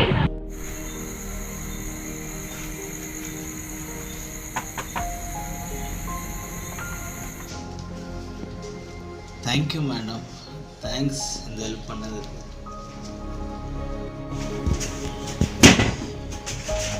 ஆண்டவரே உங்களுக்கு நன்றி. ரொம்ப கஷ்டப்பட்டுட்டு இருந்தேன், இந்த உதவி நீங்கள் தான் உங்கள் தேவதூதருக்கு நான் அனுப்பியிருக்கீங்க. நன்றி அப்பா, நன்றி, உமக்கே நன்றி உண்டாகட்டும். ஆமென். ஹலோ அனீஷ், யோ என்னையா மேஜிக் பண்ண நீ? ஃபோன் பண்ணி 2 நாளில் எனக்கு வர வேண்டிய எல்லா காசும் வந்துருச்சு. சரி பாரு, நான் உன்னோட அக்கௌண்ட் வந்து உன்னோட 3 மாதத்துக்குள்ள சேலரி அனுப்பிட்டேன். சரியா? வேலை ஸ்டார்ட் ஆகணும்னு நான் உங்களுக்கு எல்லாம் இன்ஃபார்ம் பண்ணுறேன். சரி, தேங்க்யூ சம்பளம் தந்ததுக்கு. ஆண்டவருக்கு கிருபையில் சேலரி கிடச்சிருச்சு. ஃபர்ஸ்ட் நம்ம ஹவுஸ் ஓனருக்கு ஃபோன் பண்ணி ரெண்ட்டுக்கு கொடுப்போம்.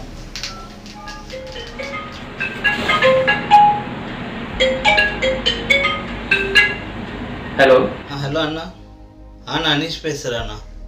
அண்ணா எனக்கு சேலரி கிடச்சிருச்சுண்ணா, உங்கள் அக்கௌண்ட் நம்பர் தாங்க, நான் உங்களுக்கு வீட்டோட ரெண்ட் அனுப்பி விட்டுடுறேன். டே தம்பி, சாரி தம்பி, நான் இந்த லாக்டவுன் நேரத்துல உன் கஷ்டத்தை புரிஞ்சிக்கவே இல்லை. நான் இவங்கள்ட்ட அப்படி பேசியிருக்கே கூடாது. வீட்டு வாடகைலாம் வேண்டாம்ப்பா, நீயே வச்சுக்க.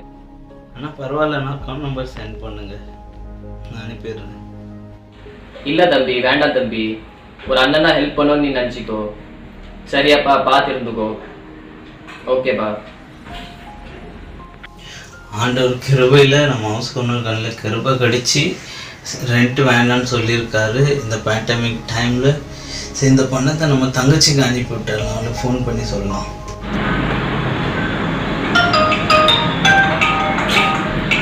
யார் இந்த நேரத்தில் கால் பண்ணுறது? நிம்மதியாக ஒரு சீரியல் கூட பார்க்க. ஐயோ, அண்ணா இந்த டைம் எனக்கு கால் பண்ணுறாங்கன்னு தெரியல. இவன் வேற பைசான்னு சொல்லிட்டு இருப்பானே. சரி, கால் அட்டன் பண்ணுவோம். ஹலோ அண்ணா. ஹலோ ஜென்சிமா, உன்னோட அக்கௌண்ட்டில் 15,000 அனுப்பியிருக்காம்மா, அது நீ எடுத்துக்கோ, குடும்பத்தை பார்த்துக்கோங்க, பார்த்து இருங்க. எதுனா கஷ்டம்னா அண்ணன்கிட்ட கேளுங்கம்மா, அண்ணன் இருக்கேன். ஐயோ சாரி, நான் அவங்ககிட்ட போய் சொல்லிட்டேனா? நீ எந்த ஒரு பொய் சொன்னாலும் பரவாயில்லம்மா, வேற அண்ணனுக்காக ப்ரேயர் பண்ணிக்கோ, அண்ணன் உங்களை பார்த்துக்கிறேன். இந்த லாக்டவுன் முடிஞ்சதுக்கப்புறம் அண்ணன் உங்களை வந்து ஊரில் வந்து சந்திக்கிறேம்மா. பாயமா, பார்த்து. Praise Lord everyone. இப்போ நம்ம பார்த்த இந்த ஸ்கிட்ல வந்து பிரதர் அனீஷ் வந்து இந்த லாக்டவுன் நேரத்தில் எவ்வளோ கஷ்டத்தில் இருந்தாருன்னு நம்ம எல்லாரும் பார்த்துருப்போம். இதே மாதிரி கஷ்டத்தில் நீங்களும் இருந்து கொண்டே இருக்கலாம். இருந்தாலும் அவருடைய தேவனுடைய அன்பில் நிலைத்திருந்ததுனால அவர் ஜெயம் பெற்றுக்கொண்டார். இதே மாதிரி நீங்களும் தேவனுடைய அன்பில் நிலைத்திருங்க, ஜெயத்தை பெற்றுக்கொள்ளுங்க. ஆமென்.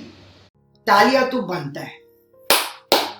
Wow, Messiah youth team, awesome skit था. जैसे कि आपने देखा इस स्किट में हर किसी के लाइफ में ये सिचुएशन आया है, हर किसी के लाइफ में ये सिचुएशन आता है. तो हमें जितने भी बड़े प्रॉब्लम्स क्यों ना हो, हमें परमेश्वर के हाथ में रखना है और वो हर किसी प्रॉब्लम को चुटकियों में विजय दिलाता है. तो इस स्किट से हमें आज यही सीख मिली है कि लाइफ में कोई भी प्रॉब्लम हो, हम घुटनों पर बैठकर प्रेयर कर दे तो हमारे लाइफ के सारे प्रॉब्लम्स परमेश्वर हमारे साथ रहकर विजय दिलाता है. इसी के साथ हम आगे बढ़ते हैं बाइबल रीडिंग की. संहिता 127. यदि घर को यहोवा न बनाए तो उसके बनाने वालों का परिश्रम व्यर्थ होगा. यदि नगर की रक्षा यहोवा न करे तो रखवाले का जागना व्यर्थ ही होगा. तुम जो सवेरे उठते और देर करके विश्राम करते और दुख भरी रोटी खाते हो, यह सब तुम्हारे लिए व्यर्थ ही होगा, क्योंकि वह अपने प्रियो को यूं ही नींद प्रदान करता है. देखो, लड़के यहोवा के दिए हुए भाग है. गर्भ का फल उसकी ओर से प्रतिफल है. जैसे वीर के हाथ में तीर, वैसे ही जवानी के लड़के होते हैं. क्या ही धन्य है वह पुरुष जिसने अपने तरकश को उससे भर लिया हो. वह फाटक के पास शत्रुओं से बातें करते संकोच न करेगा. Thank you sister. हमारे बीच आज उपस्थित है रेवरेंड एडविन सैमुअल जी, जो हमारे लिए स्पेशल प्रे करने वाले हैं. तो आइए प्रार्थना करते हैं। आइए हम प्रार्थना करें। प्रेमी दयालु अनुग्रहकारी स्वर्गीय पिता, एक बार फिर से हम आपके चरणों के पास आते हैं। प्रभु धन्यवाद देते हैं कि आपने हमें इस समय अपने पास आने का सौभाग्य दिया। आप इस्राएल के रक्षक हो, न तो कभी ऊँघते हैं न तो कभी सोते हैं प्रभु, परंतु हमेशा आपकी कान आपके लोगों की दुहाई की ओर लगे रहते हैं। प्रभु हम इस समय अपने देश के लिए प्रार्थना करते हैं। कोविड-19 के कारण प्रभु जो हमारे देश का हर क्षेत्र प्रभावित हुआ है प्रभु, स्वास्थ्य के क्षेत्र में प्रभु, व्यापार के क्षेत्र में, पारिवारिक क्षेत्र में, परमेश्वर पिता फाइनेंशियली क्षेत्र में प्रभु जी, आज हमारा देश संकट की कगार पे खड़ा हुआ है। लेकिन प्रभु हम आपके लिए प्रार्थना करते हैं क्योंकि आप हमारी सारी समस्याओं का उत्तर है। पिता परमेश्वर, हम प्रार्थना करते हैं कि हमारे देश से प्यारे प्रभु इस कोरोना वायरस को समाप्त कीजिए प्रभु। आपके अनुग्रह के द्वारा प्रभु आपके लोगों पर दया हो, इस देश पर आप दया कीजिए प्रभु। आपने दूसरा इतिहास 7 अध्याय और उसके 14 वचन में कहा है कि मेरी प्रजा के लोग जब मेरे कहलाते हैं, दीन होकर मुझसे प्रार्थना करें, अपने बुरी चाल से फिरे और मेरे दर्शन के खोजी हो जाएं, तो मैं उनके पापों को क्षमा करूंगा और उनके देश को ज्यों का त्यों कर दूंगा। प्रभु हम प्रार्थना करते हैं आपसे कि प्रभु अपने लोगों के अपराधों को क्षमा कीजिए प्रभु। हम आपसे क्षमा चाहते हैं प्रभु। इस देश के लिए हम मध्यस्थता की प्रार्थना करते हैं कि इस देश के लोगों के अपराधों को क्षमा करो और हमारे देश पर दया करो प्रभु, ताकि हमारे देश की जो स्थिति है प्रभु, इस पूरी स्थिति से प्रभु हमारा देश बहुत जल्दी बाहर आए परमेश्वर। और प्रभु जो लोग निराश हैं, दुखी हैं, परेशान हैं, प्यारे पिता परमेश्वर, बहुत कठिन परिस्थिति है।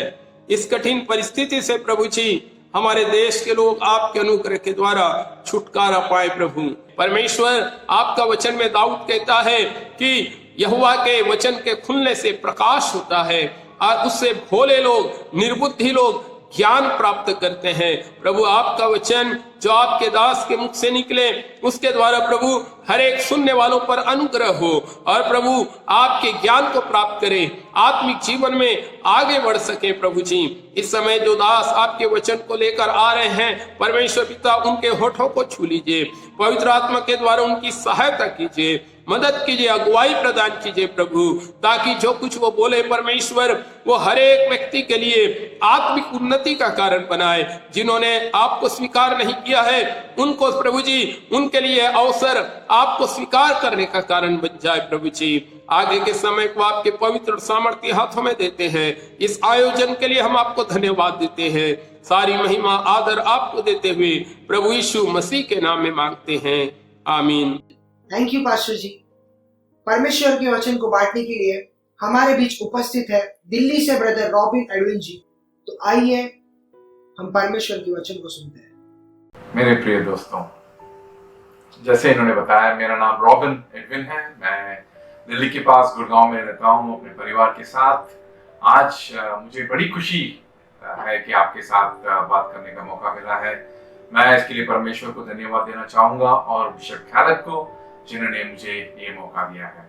आज एक विशेष दिन है, स्वतंत्रता दिवस है और इस मौके में बात करना और भी खुशी की बात है। आज मेरा विषय होगा, बात करने का एक मुख्य विषय है, हमारे जीवन में बहुत जरूरी है, पर्टिकुलरली इस समय पर, कि हम अपने जीवन में विजयी कैसे हो सकते हैं, हम जयवंत कैसे हो सकते हैं। Right, this is a very very important question है कि जैसे माहौल बदलते जा रहा है कि हम विजयी कैसा हो सकते हैं। आज के समय में आप देखते हैं कि पूरा सब कुछ बदल चुका है। अगर 8 महीने पहले जब सब कुछ नॉर्मल था, लोगों को लग रहा था कि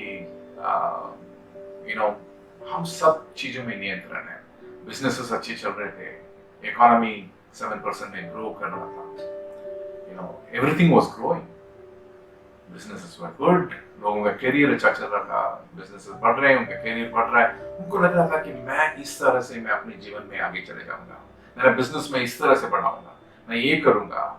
जैसे the economy was growing, government में पॉलिटिशियंस मस्ट बी थिंकिंग कि मेरा ये इस तरह से मैं अपने राज्य को आगे बढ़ाऊंगा। उनको लग रहा था कि वो नियंत्रण कर रहे हैं सब कुछ। दुनिया भर में ऐसे ही था। मनुष्य का आत्मविश्वास बहुत ज्यादा बढ़ गया है। वो सोच रहा था कि सब कुछ मैं नियंत्रण करता हूं, और एक छोटा सा वायरस आने के बाद सब कुछ बदल दिया। पूरा दुनिया स्तंभित हो गया।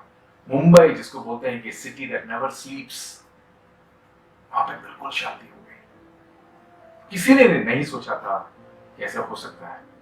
मनुष्य ने जब देखा कि कुछ भी उसके नियंत्रण में नहीं है, तो वो उसके पास जाना चाहता है जिसके नियंत्रण में सब कुछ है, वो है परमेश्वर।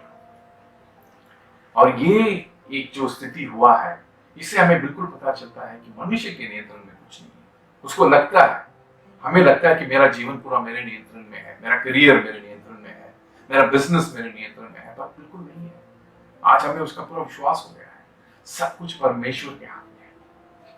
ये जानना बहुत जरूरी है कि अपने जीवन का नियंत्रण परमेश्वर के हाथ में है। आज मैं जब विजयी होने के बारे में बात करने वाला हूं, इसमें पौलुस रोमिया के अध्याय में 11वें अध्याय में उन्होंने कहते हैं कि जयवंत से बढ़कर हम हो सकते हैं। पर जब वो कहते हैं, इसके पहले वो वचन को हम देखने से पहले हम ये देखेंगे कि पौलुस का जीवन किस प्रकार का रहा, उन्हें किस प्रकार की कठिनाइयों को सामना करना पड़ा, और वो कब कहते हैं कि उनका जीवन जयवंत से बढ़कर है। तो सेकेंड मतलब दूसरा कोरिन्थिया 11वीं अध्याय और 24 से लेके 27 तक हम पढ़ेंगे। मैं पढ़ता हूं आपके लिए। मैंने 5 बार यहूदियों से 39 कोड़े खाए, 3 बार बेतों से पीटा गया, 1 बार मेरा पथराव हुआ, 3 बार मैं जहाजी दुर्घटनाओं से फंसा, 1 रात दिन मैंने समुद्र में काटा, मैं बार बार यात्राओं में, नदियों में, खतरों में, डाकुओं के खतरों में, अपने देशवासियों के खतरों में, गैर यहूदियों के खतरों में, नगरों के खतरों में और समुद्र के खतरों में, भाइयों के माध्य होने वाले खतरों में रहा हूं। मैंने परिश्रम और कष्ट में, रात रात भर जागने में, भूख और प्यास में, अक्सर निराहार रहने में, ठंड में और उगाड़े रहने में दिन बिताए। ये था उनका जीवन, बड़ी मुश्किल से। ऐसा आप पढ़ेंगे तो ये भी है कि उनको इतना पीटा गया था और उन्होंने सोचा कि ये मर गए हैं, उनको शहर के बाहर फेंक दिया गया था। पर रोमियो 8वीं अध्याय और 37 में वो कहते हैं, परंतु इन सब बातों में हम उसके द्वारा जिसने हमसे प्रेम किया जयवंत से भी बढ़कर है। जिसने हमसे प्रेम किया उसके द्वारा हम जयवंत से भी बढ़कर हैं। We are more than conquerors through him who has loved us. अपने आप में नहीं, जिसने हमसे इतना प्यार किया है, प्रेम करते हैं, उनके द्वारा हम जयवंत से भी बढ़कर हैं। जब पौलुस के जीवन में हम देखते हैं कि उतने कठिनाई में जहां पे उन्होंने मृत्यु की सामना की है, और वो कहते हैं कि उनका जीवन जयवंत से बढ़कर है। कठिनाइयों को पार करने के लिए परमेश्वर उनको शक्ति देता है, तब वो जयवंत बनते हैं। कठिनाई में डूब जाते हैं तो वो जयवंत कभी नहीं बनेंगे। कठिनाइयां आई, पर वो कठिनाइयों को पार करने के लिए परमेश्वर ने उनको शक्ति दिया, इसलिए वो जयवंत से बढ़कर है। पर परमेश्वर उनको शक्ति देगा करके विश्वास कैसे होगा? आप विश्वास कब करोगे कि परमेश्वर मुझे शक्ति देगा, बल देगा कि मैं इस कठिनाइयों को पार कर सकूंगा? ये विश्वास तब होता है, तब आपको विश्वास होगा जब आपको पता होगा कि परमेश्वर आपसे कितना प्यार करते हैं। अगर सोच लो आपके जीवन में कुछ मुश्किलें हैं, बहुत बड़ी मुश्किल है, इसमें कि कोई किसी को आपको मदद करना है, कौन मदद करेगा? जो आपको जानते हैं बहुत दूर से, क्या आप उनके पास जाके पूछोगे कि नहीं मैं बहुत बड़ी मुश्किल में हूं, मुझे मदद चाहिए? आप अपने भाई या बहन के पास जाएंगे, शायद वो मदद कर ले, या आपके माता पिता के पास जाएंगे तो शायद वो थोड़ा ज्यादा मदद कर सकते हैं, उम्मीद थोड़ा ज्यादा है। अगर ऐसा कोई है जो आपके लिए अपना जान देने के लिए तैयार है, कुछ भी करने के लिए तैयार है, अगर आप उसके पास आके मांगोगे मदद तो वो करेंगे या नहीं? Probably 100% he will do it, वो जरूर करेंगे। वैसे ही है, परमेश्वर आपसे इतना प्यार करते हैं कि उन्होंने अपने जीवन को आपके लिए बलिदान किया। आप अगर इसको देखेंगे एफिशियंस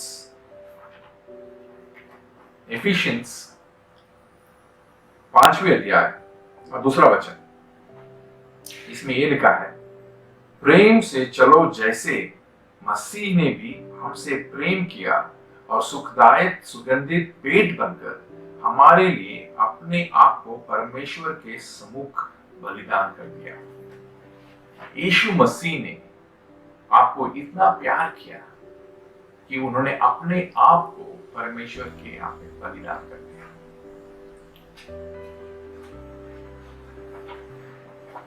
अभी आपसे परमेश्वर इतना प्यार करते हैं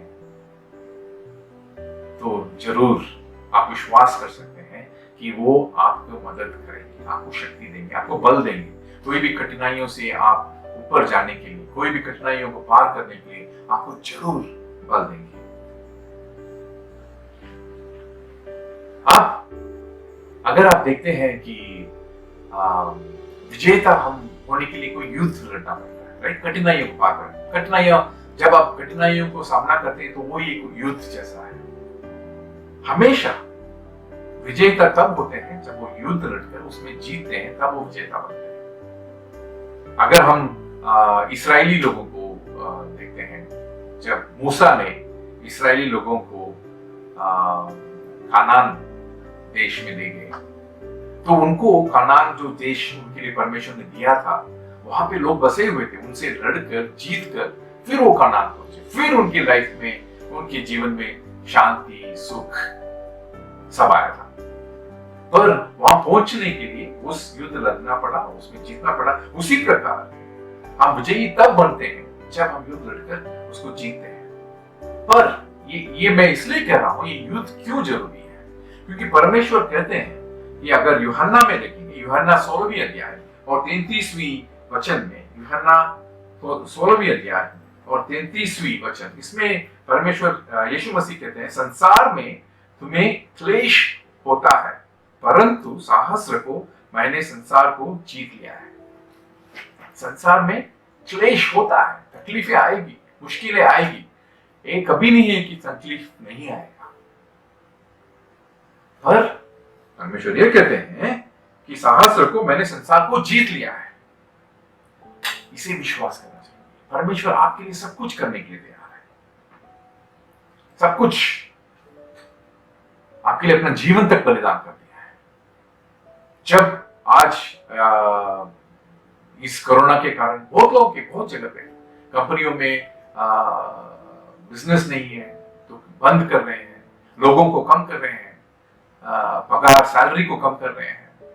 आप देखेंगे बहुत जगह पे रेस्टोरेंट्स है, रेस्टोरेंट्स में 30-40 लोग, मेरे एक दोस्त हैं जिनके रेस्टोरेंट में 40 लोग काम करते थे। अभी रेस्टोरेंट बंद है तो वो 3 महीने उन्होंने अपने पैसे से दिए, बाद में वो दे नहीं पाए तो लोगों को छोड़ना पड़ा। किसी को बीमारी हो गई, पैसा नहीं है, बहुत तकलीफ है। जिसके कैरियर चल रहा था, बिजनेस कम हो गया है, उनको पता नहीं आगे उनका क्या होने वाला है करियर में। किसी ने लोन लिया है घर खरीदने के लिए, गाड़ी खरीदने के लिए, अभी नौकरी नहीं है, क्या करेंगे? कठिनाइयां हैं। उनको लगता है कि परमेश्वर मेरी बात सुन रहे हैं, मुझे देख रहे हैं, नहीं देख रहे हैं, पर परमेश्वर आपको पूरी तरह प्यार करते हैं। ऐसा नहीं कि कठिनाई नहीं आएगी, ऐसा नहीं कि ये सब एकदम गायब हो जाएगा, पर इसे पार करने के लिए परमेश्वर आपको शक्ति देगा, बल देगा, क्योंकि वो आपसे पूरी तरह प्यार करता है। आपको प्रोत्साहित करने के लिए मैं 2 चीज बताऊंगा जो बहुत जरूरी है इससे मुश्किलें, कठिनाइयों को हमें लड़ने के लिए। पहली बात, हमारा युद्ध विश्वास की रवैया से होनी चाहिए। कैसे होनी चाहिए? विश्वास की रवैया से होनी चाहिए। इसके लिए एक बहुत अच्छा उदाहरण है। एक तो हमने देखा है पौलुस का जीवन, उनकी कितनी कठिनाइयां आई, पर वो पूरे विश्वास से उस कठिनाइयों का सामना किया, क्योंकि परमेश्वर उनके साथ है। वो उनको बल दिया है, वो उनको शक्ति दिया है उसे पार करने के लिए, उसको सामना करने के लिए और विजयी होने के लिए। और दूसरी बात, हम सब जानते हैं इस कहानी को, पर मैं एक और बात करना चाहूंगा, क्योंकि ये कहानी ऐसा है जो हमें हमेशा प्रोत्साहित करता है। ये है दाऊद और गोलियात की वो कहानी। राइट, आप देखते हैं कि वो लड़ाई में दाऊद एक लड़का है, उन्होंने कभी युद्ध नहीं किया है, बट ये फिलिस्तीनी गोलियात जो है उसने कई युद्ध किए हैं। वो एक सोल्जर है जिसको युद्ध करना आता है, और वो बहुत बड़ा है, बहुत लंबा है, चौड़ा है, ताकतवर है। दाऊद एक लड़का है, पर अगर आज उससे झगड़ा करना है, लड़ाई करनी है, पर वो किस हिसाब से लड़ाई कर सकते हैं? आप देखेंगे एक्सपीरियंस, लड़ाई करने का एक्सपीरियंस उनको नहीं है, युद्ध नहीं किया कभी किसी के साथ, ना ही उनके पास वो शक्ति है, ना ही उनके पास वो हाइट है, वो फिजिक है, या उनके पास वो हथियार है जो वो फिलिस्तीनी गोलियात के पास है। पर उनके पास क्या था? विश्वास, परमेश्वर के ऊपर वो विश्वास था कि परमेश्वर उनको विजयी बनाएंगे। ये हम देखेंगे 1 सामुएल 17वीं अध्याय और 37 वचन मैं पढ़ूंगा आपके लिए। इसमें यह लिखा है, फिर दाऊद ने कहा, यहोवा जिसने मुझे सिंह और भालू के पंजों से बचाया, वही इस फिलिस्तीनी के हाथ से मुझे बचाएगा। जिस परमेश्वर ने जानवरों से दाऊद को बचाया, वही इस गोलियात से भी बचाएगा। विश्वास का जीवन सब कुछ बदल सकता है। अगर आप कमजोर होकर पता नहीं मुझे क्या होगा ऐसे डर के हुए अगर वो जाता लड़ाई करने के लिए, कभी नहीं जीतता। परमेश्वर के ऊपर विश्वास, उसने पूरी तरह विश्वास किया और लड़ाई किया, और हम जब सब जानते हैं कि क्या हुआ उसमें, उनकी विजयी हुई। क्या आप विश्वास करते हैं कि इतना मुश्किल है कि आज लगता नहीं है कि मेरे इस दौर से मैं कभी निकल पाऊंगा, पर अगर आप विश्वास करेंगे तो परमेश्वर आपका मदद जरूर करेगा कि आप इस दौर से, इस मुश्किल से, इस कठिनाई से आप जयवंत होंगे। ना ही जयवंत होंगे, जयवंत से बढ़कर होंगे। ये आप देख सकते हैं, मेरे जीवन में भी बहुत से कहानियां हैं जो जिसे मैं कह सकता हूं कि उस समय में मुझे नहीं पता था। एक उदाहरण मैं दूंगा। एक समय पे मेरा ट्रांसफर हो रहा था, मैं एक जगह पे काम कर रहा था। मैंने सोचा था कि नहीं, ये इस जगह जाऊंगा तो मेरा करियर का क्या होगा, कैसे चलेगा। मैं तो अभी एक प्रोजेक्ट में काम कर रहा था, जिस प्रोजेक्ट में मुझे लग रहा था कि प्रोजेक्ट बहुत बढ़िया हो रहा है, इसके कारण मेरा करियर आगे जाएगा, मेरा लाइफ बदलेगा, पर उन्होंने ट्रांसफर कर दिया मुझे। मैंने प्रार्थना किया कि मुझे नहीं जाना है, पर परमेश्वर मुझे ले गए। 7 साल के बाद मुझे पता चला कि वो मेरे लिए कितना अच्छा था। हमेशा ये नहीं होता है कि हम जो चाहते हैं वो होता है, जो परमेश्वर हमारे लिए अच्छा है वो करते हैं। मैंने विश्वास किया जब भी मैं गया था कि मेरे लिए यही अच्छा है। मेरा मन की इच्छा अलग थी, पर मुझे मालूम था कि परमेश्वर अगर मुझे ले जा रहे हैं तो ये मेरे लिए सबसे अच्छा होगा। मेरा पूरा लाइफ चेंज हो गया, मेरा करियर बदल गया। अगर मैं वहां नहीं जाता तो मेरा लाइफ बहुत ही अलग दिशा में जाता था। पर मुझे ये समझने में कितना टाइम लगा? 7 साल लगे। 7 साल के बाद पता चला, वाव, उस दिन जो हुआ था उसके कारण ये सब हुए हैं। और हृदय से मैंने परमेश्वर को बहुत धन्यवाद दिया। तो हमें विजयी होने के लिए, जयवंत होने के लिए परमेश्वर को पूरी तरह विश्वास करना बहुत जरूरी है। और इसके लिए पौलुस जो है रोमिया में कुछ 3-4 चीजें बताती है, जो मैं आपको बताना चाहूंगा। अगर हम देखेंगे रोमिया के अध्याय 8वें अध्याय में, हम एक बार फिर से देखेंगे रोमिया के 8वें अध्याय और 31, इसमें वो कहते हैं, यदि परमेश्वर हमारे पक्ष में है तो कौन हमारे विरुद्ध है। यदि परमेश्वर हमारे पक्ष में है तो कौन हमारे विरुद्ध में है? आप सोच लीजिए, जिसने पूरी जगत की रचना की है वो परमेश्वर आपके पक्ष में है। क्या कोई आपके सामने खड़े हो सकता है? क्या आप कभी हार देख सकते हैं? नहीं। अगर आप 32वें वचन में देखेंगे तो उसमें कहते हैं, वह जिसने अपने पुत्र को भी नहीं छोड़ा परंतु उसे हम सबके लिए दे दिया, तो वह उसके साथ हमें सब कुछ उदारता से क्यों न देगा। जिस परमेश्वर ने अपने पुत्र यीशु मसीह को हमारे लिए दे दिया, बलिदान कर दिया, क्या हमें ये सब नहीं करेंगे? जो हमारे लिए अच्छा है वो नहीं करेंगे? क्या हमें विजयी नहीं बनाएंगे? ये बहुत ही जरूरी है। कभी कभी कठिनाई इतना ज्यादा हो जाती है, हमें लगता है कि परमेश्वर है क्या? परमेश्वर है क्या? क्या परमेश्वर मेरा सुन रहा है?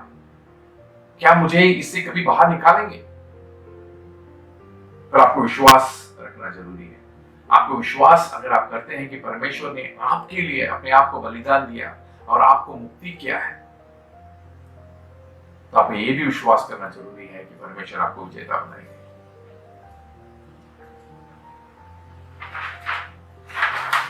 दूसरी बात, पहली बात थी हमें विश्वास की रवैया से युद्ध करना चाहिए, और दूसरा है हमें घुटने में रहकर युद्ध करना चाहिए। घुटने में रहकर युद्ध करना चाहिए। इसका ये मतलब है कि हमें प्रार्थना करना चाहिए, घुटने में रहकर प्रार्थना करना चाहिए। एक छोटा सा उदाहरण दूंगा मैं इसके लिए। एक किंग यहोशापात करके एक राजा थे। इसके बारे में हम इतिहास की दूसरा किताब में पढ़ते हैं, 20वें अध्याय में। मैं उसमें जाऊंगा नहीं अभी, पर बस आपको ये कहना चाहूंगा कि किंग यहोशापात के जीवन में ऐसा एक दौर आया कि उनके विरुद्ध 3 राजाएं बड़ी सेना लेके आ गए, पर उनको पता नहीं क्या करना चाहिए। उन्होंने बस एक ही काम किया, अपने पूरी प्रजा को बुलाया, उन्होंने उपवास रहा और प्रार्थना किया। उन्होंने कहा, परमेश्वर मैं नहीं जानता हूं कि मुझे क्या करना चाहिए। I don't know what I should do, but God, I trust in you. मैं परमेश्वर आप पर विश्वास करता हूं। परमेश्वर ने उस राजा को विजयी दिया था, उन्हें जाके लड़ना भी नहीं पड़ा, पर विजयी दिया था परमेश्वर। God can do the impossible. You have to be on your knees. पूरा राजा और उनका प्रजा प्रार्थना किया, उपवास करके प्रार्थना किया, तो परमेश्वर ने विजयी बनाया। हमें भी परमेश्वर विजयी बनाएगा अगर हम प्रार्थना करेंगे, हमें विश्वास की रवैया से हम जिएंगे, तो हमें जरूर विजयी मिलेगा। ये जीवन का युद्ध जो है, ये हमारे दिमाग से शुरू होता है। ये बहुत जरूरी है कि हम परमेश्वर का वाक्य वचन हम अपने दिमाग में डालें। उसका मतलब है कि हमें परमेश्वर का वचन जो बाइबल है उसको पढ़ना बहुत जरूरी है। उसका वचन हमें अपना हृदय के अंदर, अपने दिमाग के अंदर लेना चाहिए, जो आपको विश्वास दिलाए, जो आपके परमेश्वर के वचन आपको विश्वास दिलाता है। परमेश्वर के वचन के बारे में आप परमेश्वर के प्यार की विश्वास आपके जीवन में बढ़ेगा। अगर आप ये नहीं डालते तो कुछ और आपके दिमाग में बनता है, दुनिया की चीजें, उससे डर पैदा होता है और हार होती है। तो हमें बहुत ध्यान रखना चाहिए कि परमेश्वर के वचन के ऊपर हमें पूरा ध्यान देना चाहिए और उसे हमें अपना दिमाग में डालना चाहिए। एक और चीज मैं आपको कहना चाहूंगा कि करियर में बहुत बिशप ने कहा था कि ज्यादातर जवान लोग हैं जो 30 साल से कम है, तो आप अपने काम कर रहे होंगे, अपने करियर बन रहा होगा। मैंने 25-26 साल हो गए मुझे काम करते हुए। मैं आपको एक चीज करना चाहूंगा, हम चाहते थे कि मेरा करियर जो है, मेरा काम जो है, इस तरह से जाना चाहिए ताकि मैं 3 साल में मैं यहाँ पहुंच जाऊंगा, फिर मैं 5 साल में यहाँ पे और 10 साल में यहाँ पे, 15 साल में मुझे इस पोजीशन में पहुंच जाना चाहिए। ऐसा होता नहीं है। तो मैंने अपनी लाइफ से मुझे आपको एक ही चीज आपको कहना है कि आप जो भी काम करेंगे पूरे हृदय से और बढ़िया तरीके से आपको करना चाहिए, जिससे परमेश्वर का महिमा हो। आपको आपके काम देख के परमेश्वर की महिमा होनी चाहिए। अगर ये चीज में आप हमेशा ध्यान देंगे तो परमेश्वर आपके काम को भी आशीष करेगा और आपके करियर में ग्रोथ होता है। मेरे जीवन में ऐसे ही रहा है। एक और चीज मैं कहूंगा, अगर आप यीशु मसीह को पूरी तरह जानते नहीं है, आपने अपने जीवन में उनको अपनाया नहीं है, तो विजयी होने का सबसे बड़ा काम है कि आप परमेश्वर को अपने जीवन में स्वीकार करें और जिससे आपको पता चले कि उन्होंने आपके लिए इतना प्यार किया है कि आपके पाप के लिए उन्होंने अपना जीवन बलिदान किया ताकि आपको मुक्ति मिल सके। तो वो बहुत ही जरूरी है, ये सबसे इम्पोर्टेंट स्टेप है एक जयवंत जीवन जीने के लिए। क्या हम प्रार्थना करें? परमेश्वर इस समय के लिए आपको धन्यवाद देते हैं कि हम आपके वचन के ऊपर ध्यान कर सके और हम ये जान सके कि परमेश्वर आप हमें जयवंत बनाना चाहते हैं। परमेश्वर हम आपके प्रेम के लिए, आपके प्यार के लिए हम आपको धन्यवाद देते हैं कि आपने हमें इतना प्यार किया कि हम अपने आप को हमारे लिए बलिदान दिया। परमेश्वर हम अपने पूरे जीवन को आपके हवाले समर्पण करते हैं और यीशु मसीह के नाम पे हम प्रार्थना करते हैं, आमीन। Thank you brother robin, it was a wonderful message. बहुत ही यूजफुल था हमारे लाइफ के लिए और स्पेशली हमारे यूथ के लिए। हमें अपने लाइफ में कैसे विजय पाना है आपने बहुत ही अच्छे तरीके से बताया। Thank you so much brother.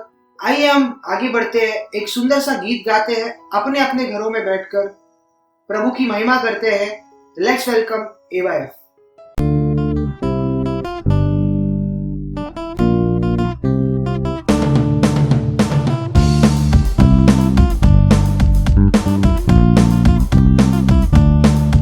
यीशुआ मसीहा, यीशुआ मसीहा, यीशुआ मसीहा मसीहा, यीशुआ मसीहा मसीहा, यीशुआ मसीहा मसीहा, यीशुआ मसीहा मसीहा। अल्फा ओमेगा यीशुआ मसीहा, आदि और अंत है यीशुआ मसीहा। जीवन की रोटी यीशुआ मसीहा, जीवन का जल है यीशुआ मसीहा। यीशुआ मसीहा मसीहा, यीशुआ मसीहा मसीहा, यीशुआ मसीहा मसीहा, यीशुआ मसीहा मसीहा। पूरब के गाए यीशुआ मसीहा, पश्चिम के गाए यीशुआ मसीहा, उत्तर के गाए यीशुआ मसीहा, दक्षिण के गाए यीशुआ मसीहा। सब मिलकर गाए यीशुआ मसीहा मसीहा, यीशुआ मसीहा मसीहा, यीशुआ मसीहा मसीहा, यीशुआ मसीहा मसीहा, यीशुआ मसीहा, यीशुआ मसीहा।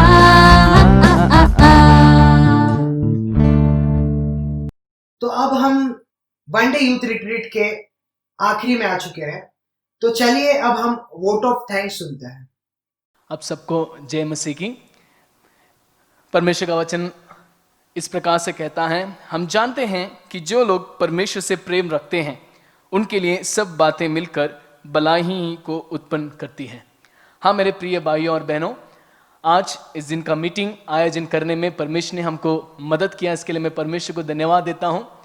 हाँ भले ही हम सब जो हैं एकत्र एक जगह में मिलकर हम आज का मीटिंग हम कर नहीं पाए, लेकिन फिर भी जैसे कि जो वचन मैंने पढ़ा है, सब चीज़ जो है परमेश्वर के बच्चों के लिए या फिर जो परमेश्वर से प्रेम रखते हैं उन सब को भलाई के लिए उत्पन्न होता है। इस YouTube के द्वारा इस यूथ मीटिंग आयोजन करने में परमेश्वर ने हमको मदद किया और जिसके द्वारा हम ना केवल मुंबई में रहने वाले हमारे जवान भाइयों और बहनों नहीं, बल्कि मुंबई से बाहर रहने वाले सारे जवान भाइयों और बहनों को भी पहुंचने में परमेश्वर ने हमको मदद किया है। इसके लिए परमेश्वर को धन्यवाद देते हैं। सर्वप्रथम परमेश्वर को धन्यवाद देते हैं कि उसने इस मीटिंग को इस तरह से आयोजन करने के लिए परमेश्वर ने हमको सहायता किया है। और दूसरी चीज़ हम धन्यवाद देना चाहते हैं इस समय हमारे बिशप साहब के लिए, क्योंकि उन्होंने इस मीटिंग जो है आयोजन करने के लिए एक बहुत बड़ा हमारा सहायता रहे। हम में से किसी ने भी जो है ऐसा एक कार्यक्रम करने का विचार भी नहीं किया था, लेकिन फिर भी बिशप साहब ने जो है हमसे कांटेक्ट किया और हमको जो है इस तरह से मीटिंग आयोजन करने के लिए हमको उत्साहित किया। इसके लिए हम जो है हमारे हृदय से हमारे बिशप साहब right reverend doctor T Caleb को भी हम धन्यवाद देना चाहते हैं। और इस बार हम धन्यवाद भी देना चाहेंगे सारे एरिया के एरिया चेयरमैन लोगों के लिए भी, जिन्होंने अपने कीमती समय जो है हमको दिया है ताकि हमारे साथ जो है इस मीटिंग के बारे में उनका राय जो है वो हमारे साथ बांट सकें। उतना ही नहीं बल्कि अपने सारे एरिया के कलीसियाओं को जो है उत्साहित करके इस मीटिंग में भाग लेने के लिए उनका भी जो है एक बहुत बड़ा योगदान है। इसके लिए हम सारे एरिया चेयरमैन लोगों को भी जो है धन्यवाद देना चाहते हैं। हम नहीं भूलना चाहेंगे हमारे सारे पासवान लोगों के लिए भी, जो हर एक कलीसिया के अगुए हैं, चलाते हैं, उन्होंने भी जो है अपने सारे जवान भाई बहनों को जो है इस मीटिंग में भाग लेने में उनको भी उत्साहित किया। इसके लिए उनको भी धन्यवाद देते हैं। साथ ही साथ पासवान के साथ सारे कलीसिया के यूथ लीडर्स को भी हम धन्यवाद देते हैं। आप सबके सहायता के बिना जरूर इस मीटिंग जो है इतना सक्सेसफुल नहीं होता। इसके लिए आप सबको वापस एक बार हम धन्यवाद देना चाहते हैं। और इस समय हम धन्यवाद देना चाहेंगे हर एक जवान भाई बहनों के लिए जो कोई आज इस मीटिंग को जो है आप देख रहे हैं। परमेश्वर जो है आप सबको जो है आशीष करें। और धन्यवाद देना चाहेंगे कल्याण ईस्ट तमिल चर्च के जो है जवान लोगों के लिए, AOF टीम और उनके पासवान, उनके लिए भी हम धन्यवाद देना चाहते हैं। जब हमने जो है उनसे इस मीटिंग YouTube में करने के लिए हमने उनसे विनती किया, उन्होंने जो है भले ही 2 हफ्ते का समय ही बाकी था, लेकिन फिर भी उन्होंने जो है हमारे निमंत्रण को जो है स्वीकार किया और हमारे लिए इतना मेहनत करके कोशिश करके उन्होंने एक बहुत ही एक अच्छा कार्यक्रम को जो है आज हमको उन्होंने प्रस्तुत किया है। इसलिए AOF टीम और कल्याण ईस्ट तमिल चर्च के पासवान को भी जो है हमारे हृदय से जो है धन्यवाद देना चाहते हैं। साथ ही साथ इस कार्यक्रम में आज जिन्होंने भी जो है भाग लिया है, प्रार्थना करने में या फिर गाना गाने में, प्रोग्राम्स जो है प्रेजेंट करने में और संदेश बांटने में, उनको भी जो है मेरे हृदय से जो है धन्यवाद देना चाहता हूं। परमेश्वर जो है सबको आशीष करें। विश्वास करता हूं कि आज का एक कार्यक्रम जो है आप सबके लिए एक बहुत बड़ा आशीष का कारण हो। परमेश्वर आप सबको आशीष करे। वापस एक बार आप सबको धन्यवाद। Thank you. तो अब हम हमारे मीटिंग के आखिरी दौर पर आ चुके हैं। जैसे कि आज हमने बहुत अच्छी तरीके से सेलिब्रेट किया हमारे इस 1 डे यूथ रिट्रीट को, गाना गाया, प्रभु यीशु मसीह के वचन को सुना और बहुत कुछ सीखने मिला। हमने ये जान लिया है कि हमारे लाइफ में विजय पाने के लिए प्रभु यीशु मसीह के साथ चल रहे हैं। इस सुंदर से मौका के लिए अब मैं प्रभु यीशु मसीह को बहुत धन्यवाद देना चाहता हूँ और हमारे बिशप और डायसिस को भी धन्यवाद देना चाहता हूँ। अब हम अंतिम मोड़ पर आए, हम प्रार्थना करके इस मीटिंग को खत्म करेंगे। आइए हम प्रार्थना करें। आइए हम प्रार्थना करेंगे। सर्वशक्तिमान दयालु परमेश्वर, इस समय के लिए हम धन्यवाद करते हैं। आज इस यूथ मीटिंग अच्छी तरह से चलाने के लिए आपने हमारे जीवन में दिया हुआ कृपा के लिए हम धन्यवाद करते हैं। खास प्रभु जी, आज के संदेश के लिए हम धन्यवाद करते हैं जो आपके दासों के द्वारा हमारा साथ बात किया है, इसलिए हम धन्यवाद करते हैं। इस कठिन परिस्थिति के समय में हम हमारा जीवन में कैसा रहना, कैसा जीना, कैसा विजय पाना, ये सभी बातों को हम सीखने के लिए आपने हमारे जीवन में दिया हुआ इस अवसर के लिए भी हम धन्यवाद करते हैं। प्रभु जी, हम हमारा जीवन को आपके हाथ में समर्पण करते हैं। आने वाला दिन में प्रभु कोई भी ऐसी जो तकलीफ को देखे हम डरना नहीं, परंतु उसके सामना करके हमारे जीवन में एक विजयवंत जीवन जीने के लिए हमें कृपा करो। इस कोविड-19 हमें कुछ नहीं कर सकता है, क्योंकि प्रभु जी आपने हमारे जीवन में दिया हुआ ताकत, आपने हमारे जीवन में दिया हुआ शक्ति, इसके द्वारा प्रभु हमने उसको विजय पा सकते। ये आशा और ये इच्छा के साथ हम चलने के लिए हमें कृपा करो। और प्रभु जो आने वाला दिन में भी प्रभु हम कोई भी तकलीफ में जाएगा तो भी हम आपको याद हमेशा कर आपने हमारे जीवन में दिया हुआ इस ज्ञान को प्राप्त करके उसके द्वारा प्रभु हमने क्या करना है, क्या हमारे लिए आवश्यक है, वो सब समझकर हमें आगे बढ़ने के लिए हम कृपा कर। हम सबको आप आशीर्वाद करो। छोटी बिंदी उद्धार करता प्रभु यीशु मसीह के नाम से मांगते हैं, आमीन। परमेश्वर के आशीर्वाद प्राप्त करेंगे। सर्वशक्तिमान पिता परमेश्वर की प्रेम, प्रभु यीशु मसीह का कृपा, पवित्र आत्मा की संगत सदा काल हमारा साथ रहे, आमीन।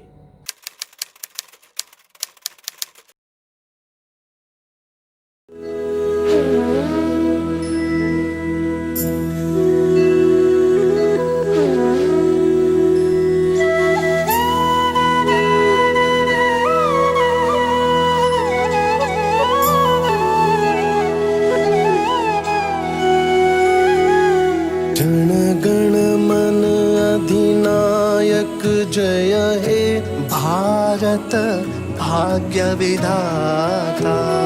पंजाब सिंध गुजरात मराठा द्राविड उत्कल बंगा। विंध्य हिमाचल यमुना गंगा उच्चल जलधि तरंगा। तव शुभ नामे जागे, तव शुभ आशीष मागे। गाहे तव जय गाथा।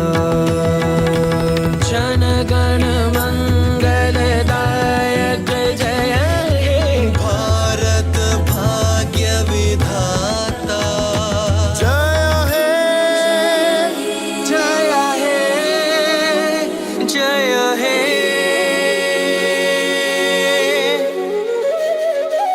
जय जय जय जय